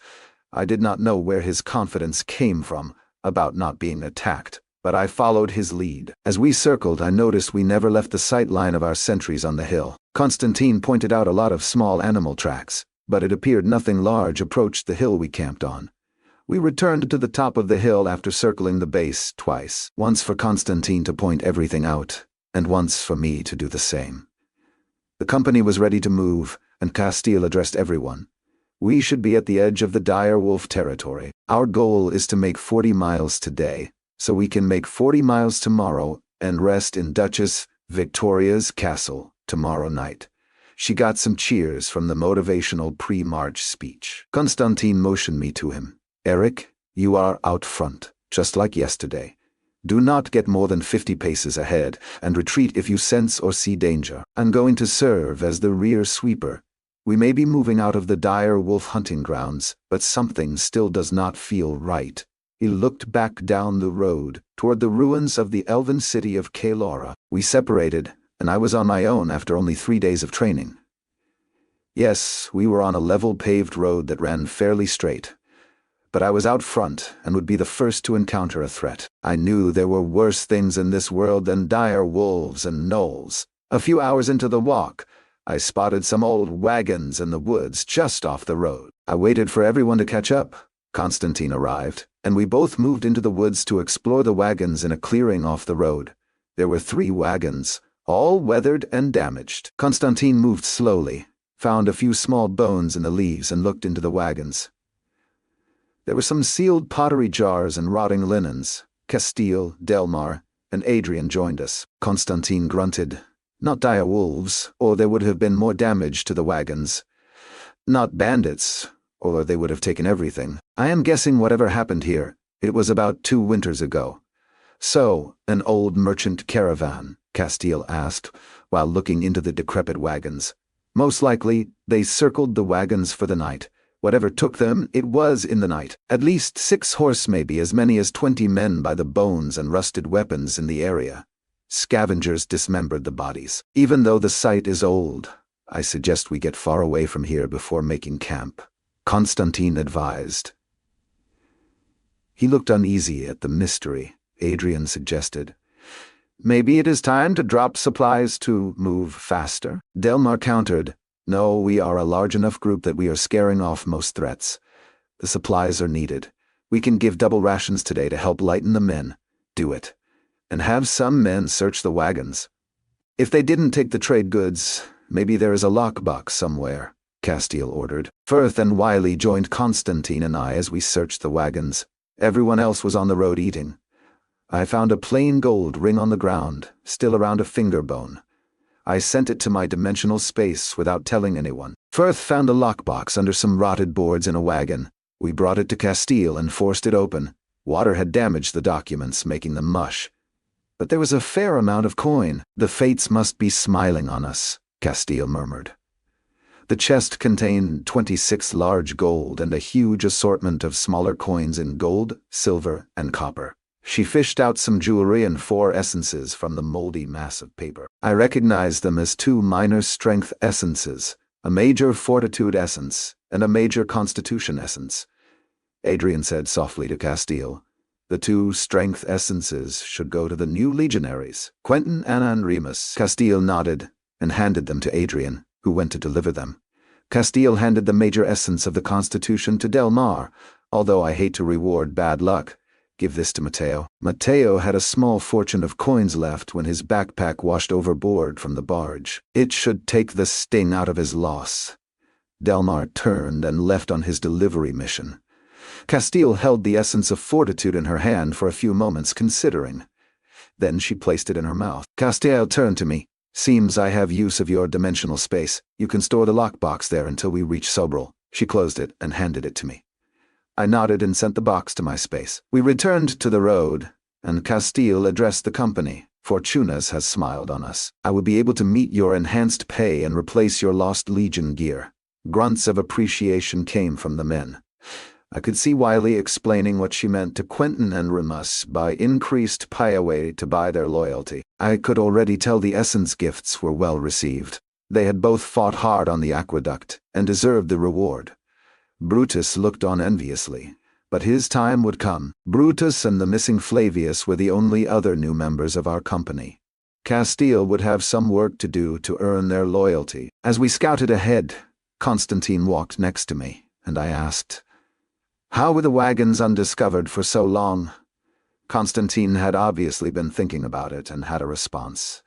This old trade road is probably only used by the desperate merchants. The Elven ruins and dire wolves are probably not the only threats. Most merchants will hire a barge or head west, then north, to reach the capital if they cannot afford to use the portals. He paused. Still, it is perplexing that those wagons were relatively undisturbed and just weathered for years. I noticed Constantine's pace had increased, pulling the Legion into a faster march behind us. It must be his way of showing some fear of the unknown. We walked late until sunset, and Constantine directed everyone to a clearing far off the road. He had everyone walk single file and focus, stepping on stones. Constantine's own tension did not help the company as they set up camp. "Come, Eric. I will show you how to obscure our tracks from the road." Constantine took me back to the road. That meant I was going to have to set up my tarp in the dark. The lesson was like reverse tracking. Constantine pointed out things that showed our passing, and how best to hide it. It will not fool an experienced tracker, but hiding the trail will help you learn how to move unseen yourself. This, he held up a jar of powder, is spores from a myconid. It is a fungal monster. If you breathe them in, your nose will flare up, and you cannot smell anything for days. Your nose will also run like a river. He handed it to me. Go back from the direction we came and lay a trail across the road. Use about half the jar and do not breathe it in. Is this for the dire wolves? I asked. No, we made over 40 miles today and are likely out of their hunting territory. But any creature that tracks by scent will be foiled by this. Hurry before darkness comes. Constantine went into the bushes to rejoin the others, and I was left on the road. I jogged 200 yards down the road, laid a thin line across the road, and then returned. I almost missed where we turned off, but carefully made my way back to the company. There were already 8 men on sentry duty. Lurkin did not even start a fire and handed me a ration bar. Brutus came over and helped me set up my tent in the dark as I ate. Everyone is on edge, Brutus said softly. Fear of the unknown, or maybe they know what it is and do not want to scare us. I suggested of Constantine and the leadership. Brutus looked around at the settling darkness. Whatever it is, I do not like these woods. It feels like something is watching us. We finished getting my tarp up, and he returned to his own just a few steps away. I settled onto my wet bedroll. I kept on my cuirass and put my helm nearby with the glowstone inside. I had to remove my boots and socks to let them air out. I healed my blisters and one blackened toenail. I decided to forgo the oblivion pill tonight. After Brutus had said it, it did feel like something was watching us. I lay there as the night insects opened their chorus, and the whispers of the sentries drifted to me. If I was not so exhausted, I would have forced myself to stay awake, knowing that tomorrow we would reach Sobril and I could rest in the city. I drifted in and out of sleep as the nightmares I was imagining were overcoming my need to sleep. I heard the sentries switch late in the night, and was about to fade again to sleep when Constantine's voice cracked the air. "Everyone to the center of camp! It comes!" he yelled. I slipped on my boots and helm and moved out to the center of camp with my sword and glowstone. The camp crowded together, shields out. When I joined the others, Castile asked, "What is it, Constantine?" "A powerful undead. My sword is warm to the touch in anticipation. The weapon has never been this hot before," Constantine said, unsure of the threat. "How many?" Adrian asked as the rest of the company made a large circle around Castile. "I think just one. Much stronger than a specter. Stronger than a ghost I fought a long time ago. I do not know what it is, but it is coming from that direction." He pointed his blade off into the woods. Delmar asked, "Do you think it is pursuing the lockbox?" Castile disputed that. "Undead have no use for possessions, and it is in Eric's space, so it would not be able to track it anyway." She paused. "Unless it is bound to an object in the lockbox, then maybe." She sounded uncertain about her knowledge. Adrian barked. "It does not matter, it is here." The wall of light that our glowstones made into the thick trees began to waver as wisps of darkness formed into a creature black as the night with glowing red malevolent eyes. It was humanoid and had elven features. It looked over the company and then focused on Constantinor, more specifically, his blade. It outstretched a hand pointing, or maybe requesting, the blade. Everyone was fearful as it felt like death incarnate looking at us, but Castile found her voice. "It is a wraith. They are weaker in daylight, so it must have been stalking us. It cannot be harmed with normal weapons, but I think I can bind it with my shadow chains." "Don't give it the blade!" Delmar barked. "It is one of 2 weapons we have that can harm it," Constantine yelled back. "I was not planning to. I just wanted you to know why it was following us. It has some link to the blade. I can feel it. Maybite wielded it in the past or forged it. If anyone has a silvered blade, it can also damage the creature," Castile said. I looked at my own blade, and only a few sparkles of silver dust remained from Tala City. Castile started working her spell, and her own wisps of shadow chains moved toward the wraith. One chain wrapped around its wrist, and it pulled its arm to its face.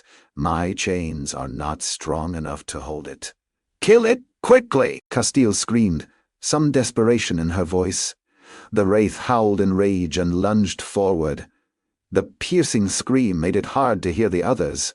Castile added 3 more shadow chains and slowed the creature. Delmar broke the shield wall and swung his runic long sword to meet the creature. The dense black shadow shrieked in anger and attacked Delmar as he danced away. Constantine was at the creature's back and slashed with his own weapon. Hundreds of tiny white sparks flew off the creature, briefly creating a gap in its blackness before it reformed. I felt helpless as I watched. The creature spun, breaking Castile's bonds, and swiped Constantine's arm that was holding his sword. He grunted and switched the blade to his other hand. Arrows were piecing the black wraith at a steady pace, but each one just passed through and did not elicit any reaction from the horror. Firth and Matteo bravely joined Constantine and Delmar to serve as another distraction with their spears. Castile kept summoning more chains to slow the creature. Delmar was attacking the back of the creature, while Constantine struggled with its undivided attention. If it had not been bound and slowed by Castile, I think Constantine would have been in real trouble. Constantine relied on reading an opponent in combat, and this black mass had nothing to read. It just attacked. A backhanded swing stuck Matteo. He screamed and moved away, holding his face. Brutus moved in to take his place. His spear wiped through the black ghost, trying to distract it. The wraith was getting smaller as Delmar and Constantine slowly whittled away at it. Hundreds of white sparks always accompanied Constantine's strikes. The creature of darkness howled, splitting our ears. Castile's chains faltered for a moment, and Constantine took a blow to his chest and lost his sword. Constantine rolled away, but before the apparition could reach the sword, Adrian retrieved it and pressed the frustrated creature again. As the creature shrank in size, Castile's chains became more effective. I felt useless, just waiting for my turn to fight the creature. I considered moving the entire creature to my dimensional space, but that seemed ludicrous, and it would have to remain there forever, as I could never release it. We were winning, and soon the creature turned translucent and disappeared. Everyone paused, not quite believing we had won against the nightmare.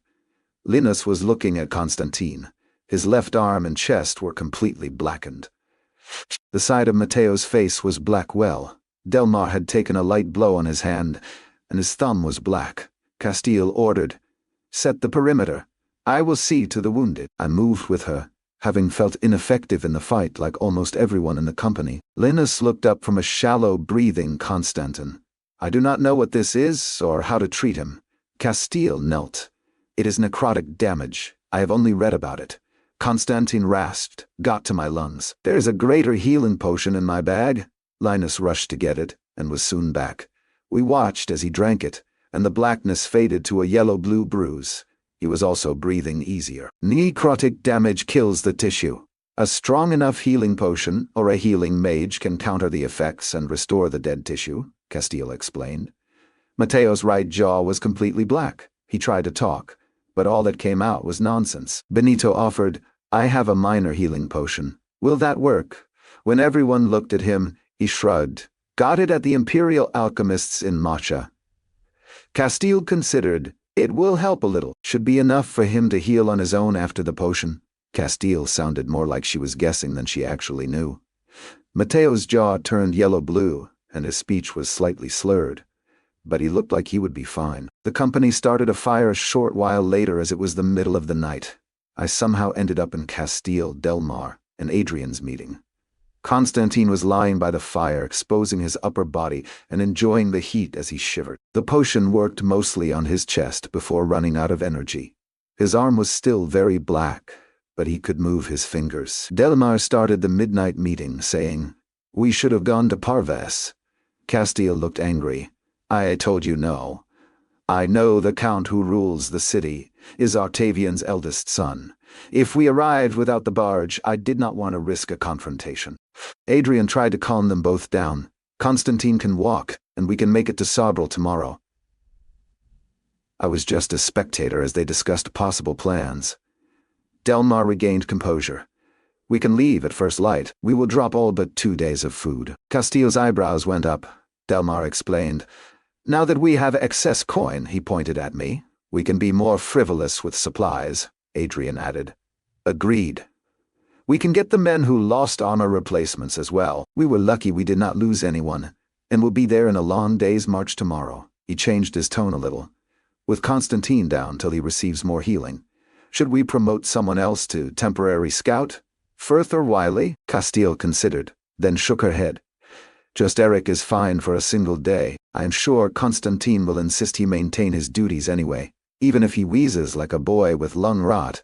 I was dismissed to tell everyone to drop whatever food they could not eat in a single day's march. It was the best news they had gotten on this ill-fated trip. Everyone had over 20 pounds of food in their pack, and eagerly started trading for the best bits for the march. The food they thought was worthless was mostly the ration bars wrapped in wax leaf. Over 100 of them hit the ground near the fire.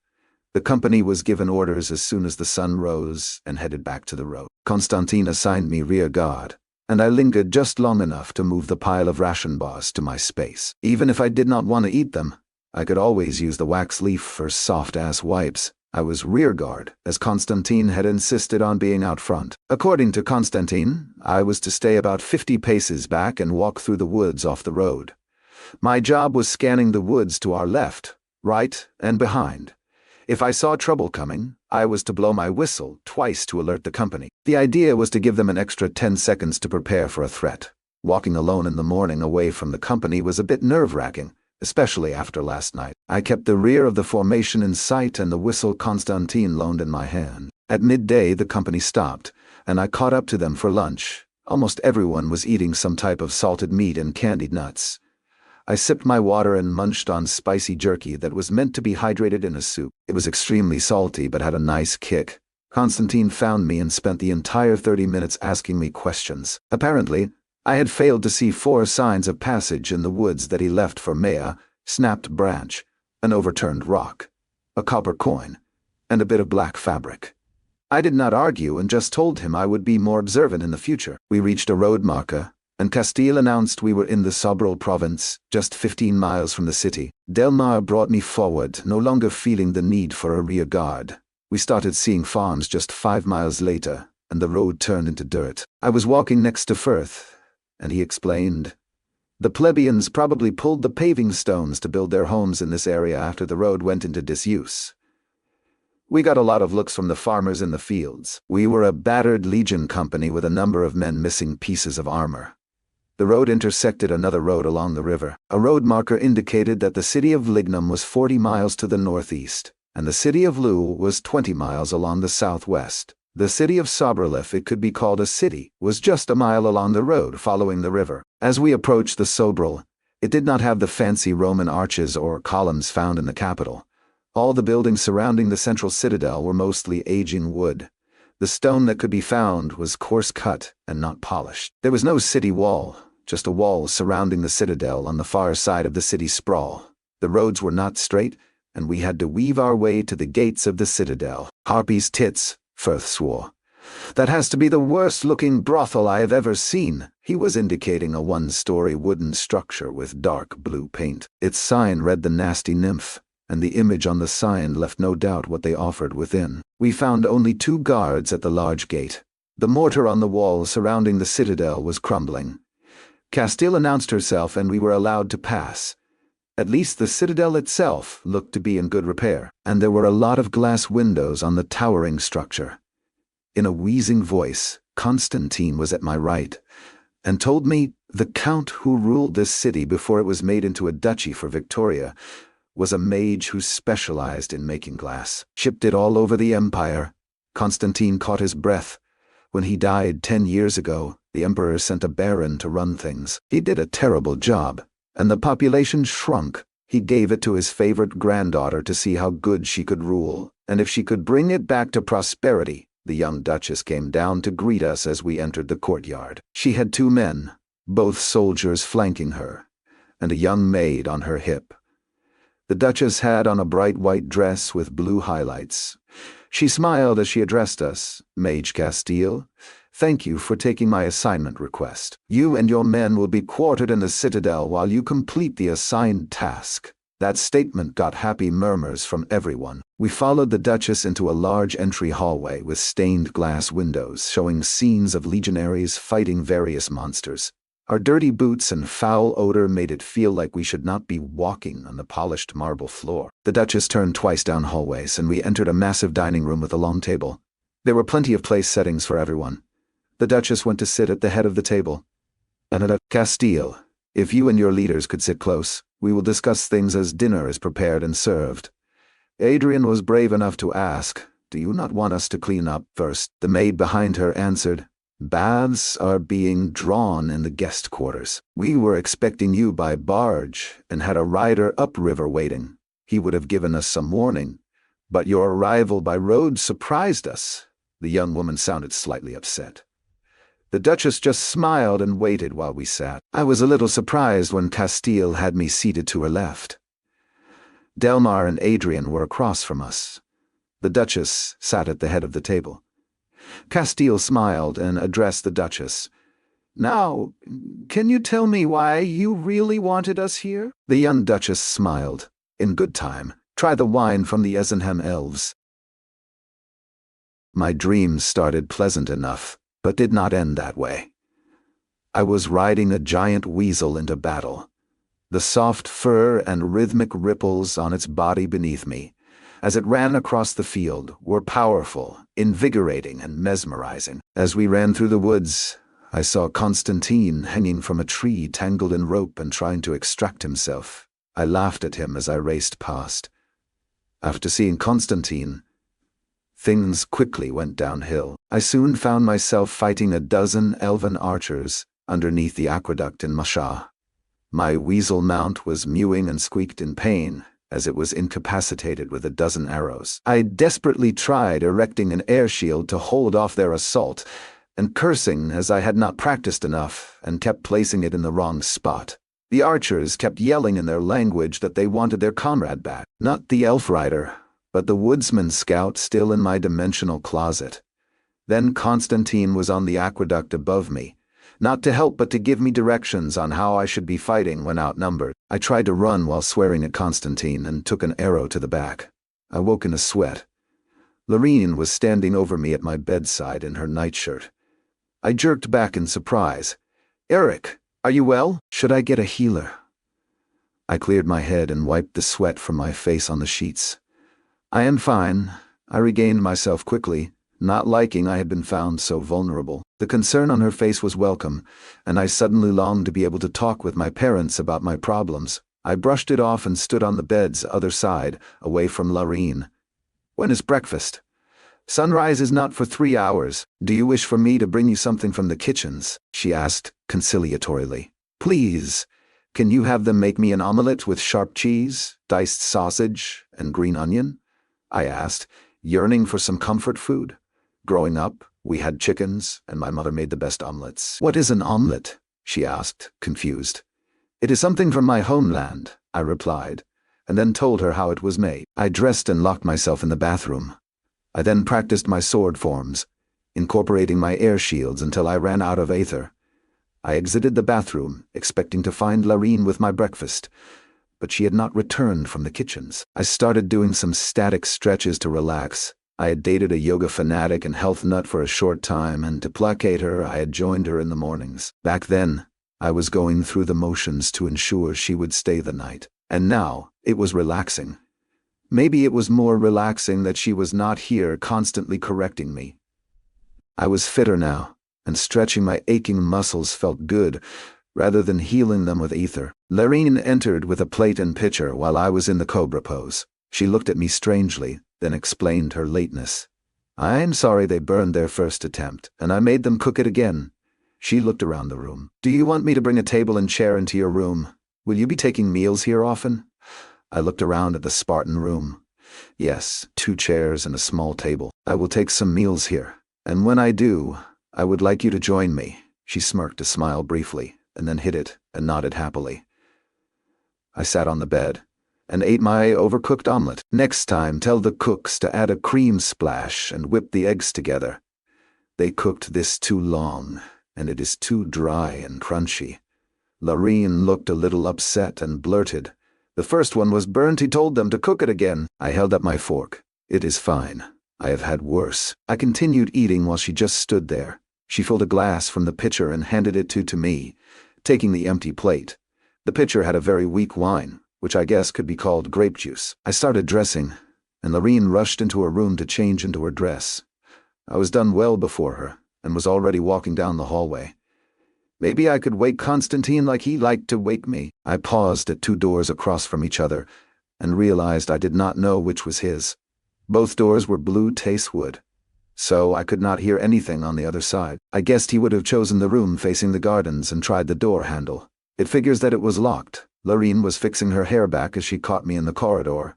"Is this Constantine's room?" She nodded, finishing her hair. "Do you have the key?" "No. Only the Citadel's steward and Marie, the servant assigned to him. Do, she said regretfully, since she was not able to help. What about Castile's room? Can you show me where it is? I asked. It is in the Duchess wing of the Citadel. I can show you. She smiled at being able to help. I followed her down some stairs and into another wing. The hallway had more furnishings, but it was still fairly sparse. She stopped and indicated the door, and I was about to knock when the door swung open. A middle-aged male servant with messy black hair was standing there. I was not sure who was more shocked, me or him. When he opened the door, the distinct smell of sex hit me as warm air rushed out of the room. Castile was on the bed inside the room, her lower body under covers but naked from the waist up.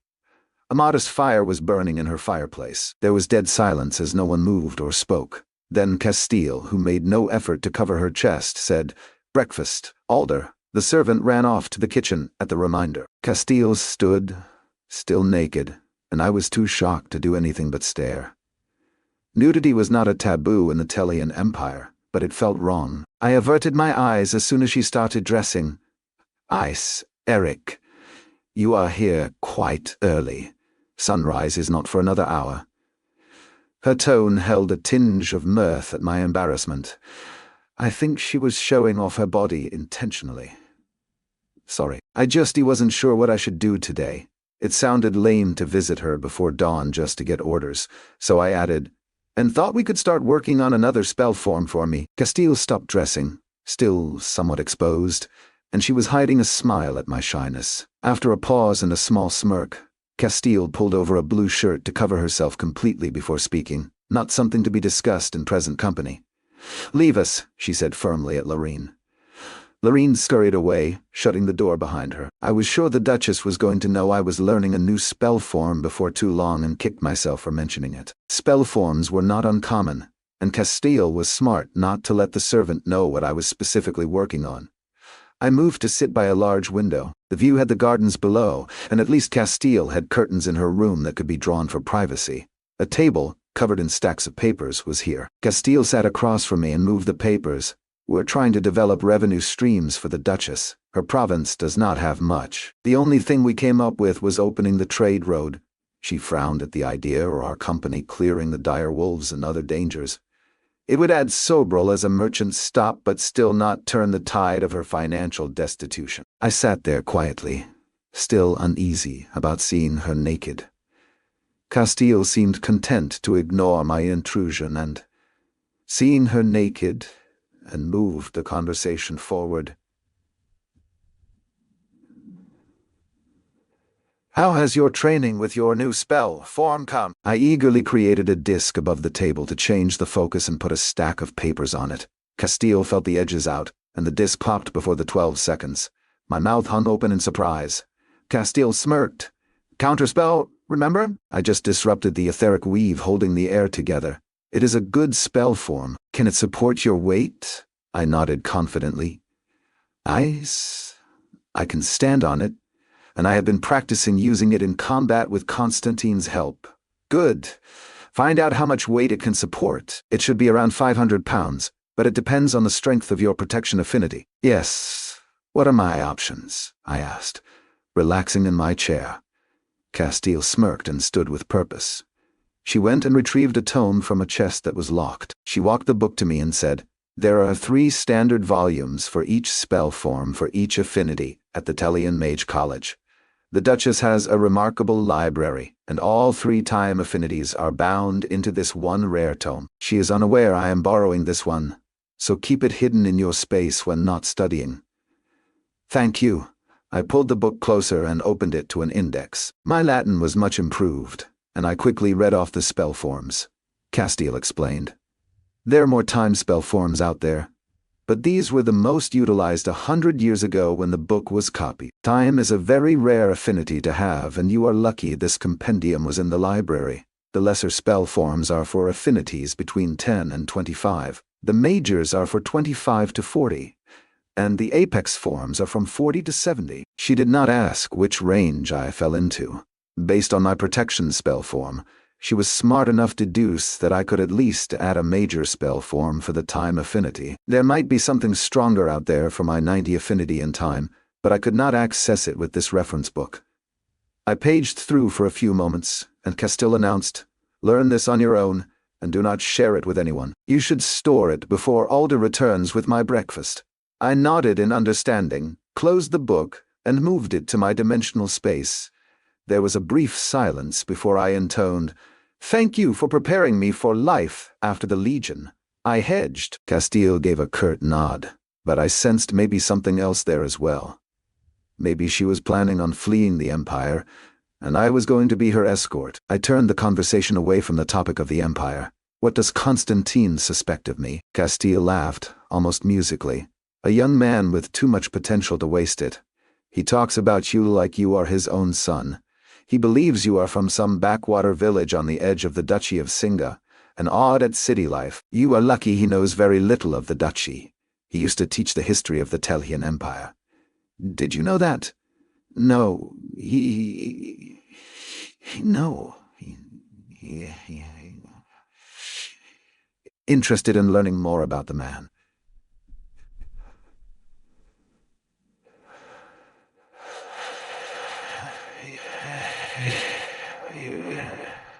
"He knows more about the emergence and formation of the Telhian Empire than anyone. He taught a truth that a duke didn't like about his ancestor and ended up in a cell.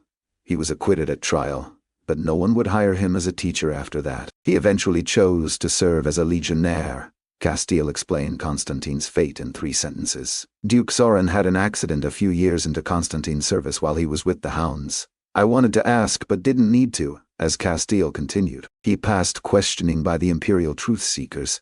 Castile's slight smile told me it did not give her much assurance that Constantine was not involved somehow. I already knew Constantine was dangerous, but if he could orchestrate a duke's death, doubly so. A knock came at the door, and Castile allowed her male servant to enter. Alder cleared the table and served Castile a breakfast of sliced fruit with a small side of boiled oats, covered in black syrup. "Maybe chocolate?" He also had a pot of hot mushroom tea. As Castile ate, she gave me orders. "You are to continue gathering herbs outside the city. Constantine is going to join the men digging the markers. I need him to scout the woods as they move deeper into the forest. Sell what you can in the city, and let me know when the market is saturated. There is some demand, so it should be weeks. So, I am on my own. No supervision?" I also wanted to say there would be no partner if I was attacked. She nodded. And maybe being with Constantine was not so bad. He was a formidable warrior, and I felt safe under his care. Maybe Castile was seeing if I would try to run. I was given the opportunity, and it was at the forefront of my thoughts at this moment. "Do not travel too far from the city and return before sunset," Castile added, sipping her hot tea with satisfaction. I stood. "Do you want me to give the coin I make to Delmar?" Castile arched an eyebrow and thought for a moment. She picked up a sheet that clearly had notes on what I earned from my harvest. 30 silver a week. Anything earned beyond that you can keep, Eric. She held up the sheet. "Your week started yesterday, and the 16 silver coin counts. Ask the sisters where else you can sell the bounty of the woods in the city." "How did you know about the sisters?" I asked, and Castile smirked. I just shook my head and figured she had been checking in on me with her all-seeing eye. She probably wanted to be sure I was being honest when I turned in the coin. I left Castile's room and headed back to my room. As I passed Constantine's door, he stepped into the hallway. "Eric, I'm only going to be with you for the morning. After, I will be heading to help with the survey markers. I just talked with Castile, and she told me." Constantine looked slightly surprised and amused, realizing what time it was. I decided to sway his suspicions. She was occupied with her servant but spent some time talking with me. He immediately understood. Good, she needed some stress relief. "You should do the same. You have to be the tightest wound legionnaire in the company." "But," Castile said, I started to say. Constantine shook his head, disappointed. "You need to listen to orders more carefully," she said, "not to force or abuse the servants. If they are willing." He paused before continuing. "If you are too bashful or your servant is unwilling, join Firth at the Nasty Nymph. I will be ready after breakfast, and we can review everything I taught in hopes you do not do anything stupid to get yourself killed. It would not please me after all the effort I have gone through in training you." Constantine walked arrogantly down the hallway, leaving me with a lot to think. The next course was thinly sliced sugar beets, baked on top of dense pasta and a cheesy but oily sauce. It added a sweetness and crunch to the Roman machis. It was also going to turn my pea red later on. The pasta was heavy, but it was the best thing served tonight. A few men further down the table were getting louder, drunk on the wine, but no one at the head of the table held them in check. As the rest of dinner proceeded, I had a front row seat to final negotiations with Castile and Duchess Veronica.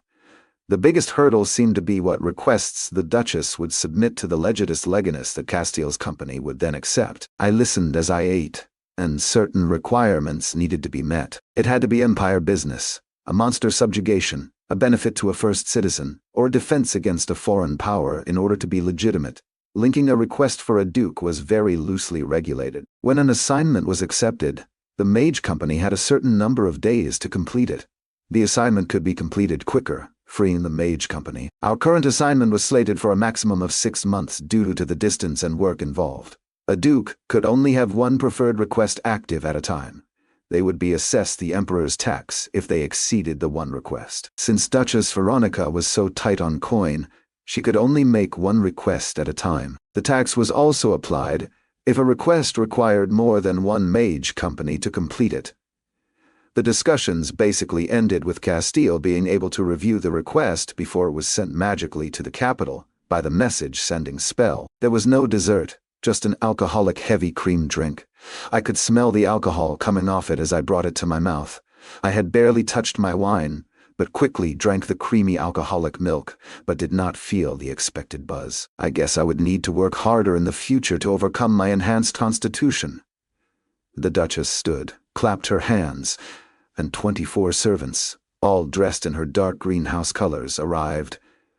The servants will take you to your rooms. You should all have baths waiting for you. There was a scramble as a few of the servants were young women. Castile barked, "Hold legionaries," and the men stumbled as many were drunk. She turned to Adrian. "Adrian, assign each man to a servant, and if I hear of any impropriety or abuse, I will handle the discipline myself." Castile left with the first middle-aged man in the row. The waiting servants had also all clearly heard Castile's pronouncement. Adrian started pointing at the servants one at a time, and they stepped forward, and he would call a name. The first servant he pointed at was a graying older man, and Firth was assigned to him. There were snickers from the men as everyone knew his propensity to visit brothels. I still believe he mostly visited brothels in his capacity to work for the Praetorian Guard.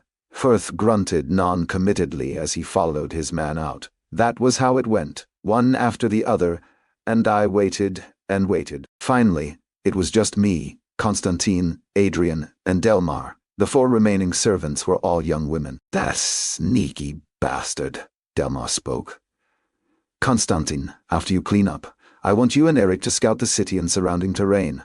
My jaw hung open. I guessed as a scout, I was going to have to get used to getting less rest than the others. "You two," Adrian pointed.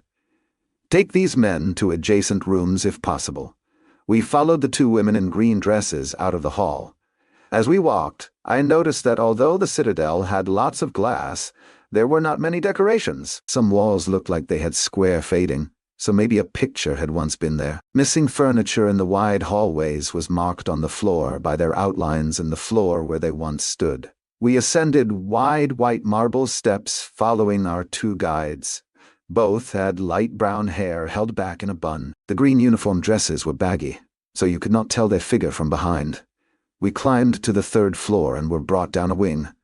This is the guest wing. Each apartment is fully furnished, and we will be available to call on at any time. She paused at a large, deep blue door that I recognized as Tacewood from Singa. "Ah, Tacewood from Singa," I said aloud, stroking the door. I was doing this for Constantine's benefit, as well as to show off my knowledge to our escorts. Constantine was unimpressed. "You can have this room." "Eric," Constantine moved to the next door with the other servant woman. The servant opened the wide door and waited for me to enter. The room was massive, and the walls and floor were the white marble that I assumed was quarried nearby. "This is my chamber." The woman motioned to a door to the right. "It is where you can find me if you need anything. If you follow me, I can show you to the bath." I paused to take in the room before following. A massive bed dominated the wall to the left, and a single nightstand was adjacent. A floor-to-ceiling window nearly 10 feet wide dominated the far wall. We were on the backside of the citadel as the windows looked down onto gardens and a forest beyond. A bar ran in the ceiling over the window, but the curtains were apparently missing. I stepped to catch up with the servant. "Thank you. What is your name?"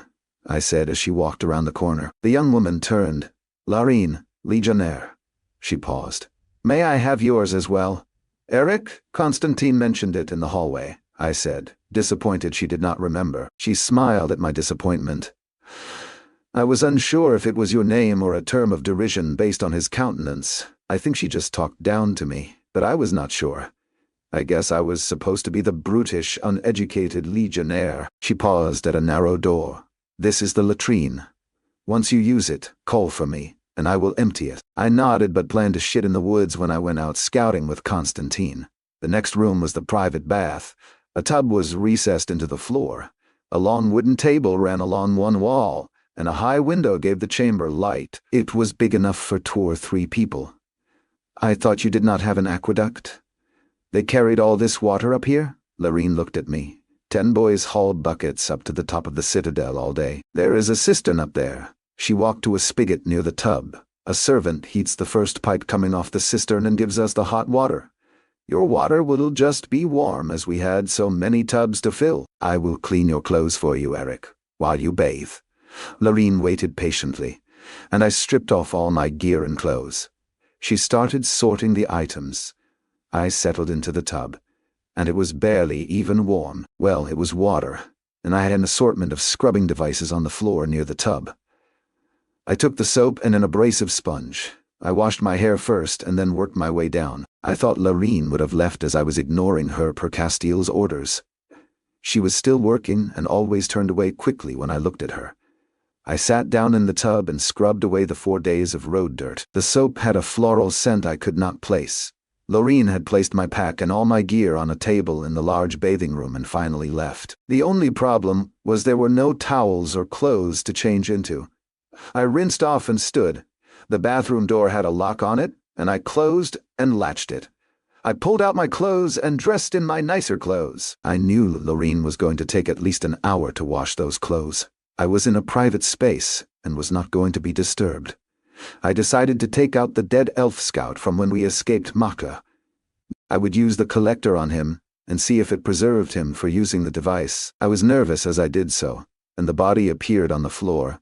The elf looked so young, like a teenager. I removed his bow and quiver with 11 arrows. His bow was layers of wood and much longer than the Legion's short bows. The arrows were longer too, so I was not sure about using them interchangeably with a Legion bow.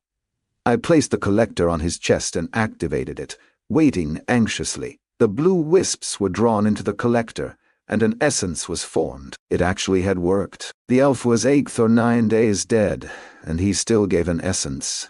It was a pearly pink and the size of a major essence.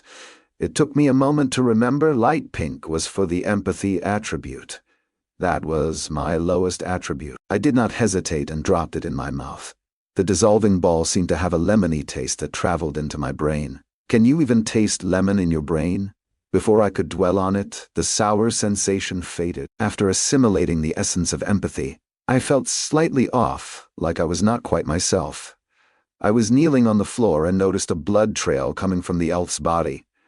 Shit. Of course, I had stabbed him in the chest to kill him, and he had been preserved fresh. I would have time to clean up the blood after I stripped the body and placed it back in my space. The body was still warm but pushed past my discomfort. I pulled off his small satchel. It was like a small backpack and had numerous items inside. There was a pouch with steel arrowheads and fine wire wrap. I guessed he repaired or even made his own arrows. There was a bag of tightly wrapped food, a roll of thin netting. Maybe it was to catch birds to take their feathers for arrows. A small kit of knives with a sharpening stone. A few bloodstains on the kit made me think this was for dressing a game animal. So this elf was a hunter. A pouch of salt, a white shirt rolled tight. The final item was a fire starter kit. I put everything back in the satchel and placed it with the bow in my dimensional space. I took his belt off, and it had a knife and a long sword. I checked the blades, and there did not appear to be any markings, making them runic weapons. The craftsmanship looked average to my untrained eye. I searched his jacket and found a pocket on the inside. A bag with some powdered color and consistency looked like the mycoid powder Constantine had given me. There were no healing potions at all on him. He had an old tarnished silver chain around his neck. It was intricate, and I was not certain if I should take it. In the end, I did and placed it with the other items in storage. The elf looked to be more of a hunter than an army scout, maybe a civilian recruit to the Barteradian army or a volunteer woodsman. I moved the elf back too. I removed my clothes, not wanting them to get dirty. Then I began to clean up the congealing blood with the spare shirt from the elf's satchel. I drained the bath as it was a simple plug in the bottom, and then used the water from the spigot to clean. I even wiped down the tub, as it had a layer of dirty soap scum on it. With the tub cleaned, I quickly used the cold water to rinse my body again before dressing. I guessed whoever heated the water pipe was off duty now. I checked the cleaned bath and nodded. I unbarred the door and went to the only mirror in the room. I looked a little ragged with a few days of facial growth. I crashed on the bed and waited for either Constantine to drag me out or for Lorene to return with my cleaned clothes. The bed sucked me as it was too fluffy for my taste. I could smell the feathers inside the mattress. I preferred the smell of my griffin down pillow, so I removed it from my space, placed it under my head, and quickly fell asleep.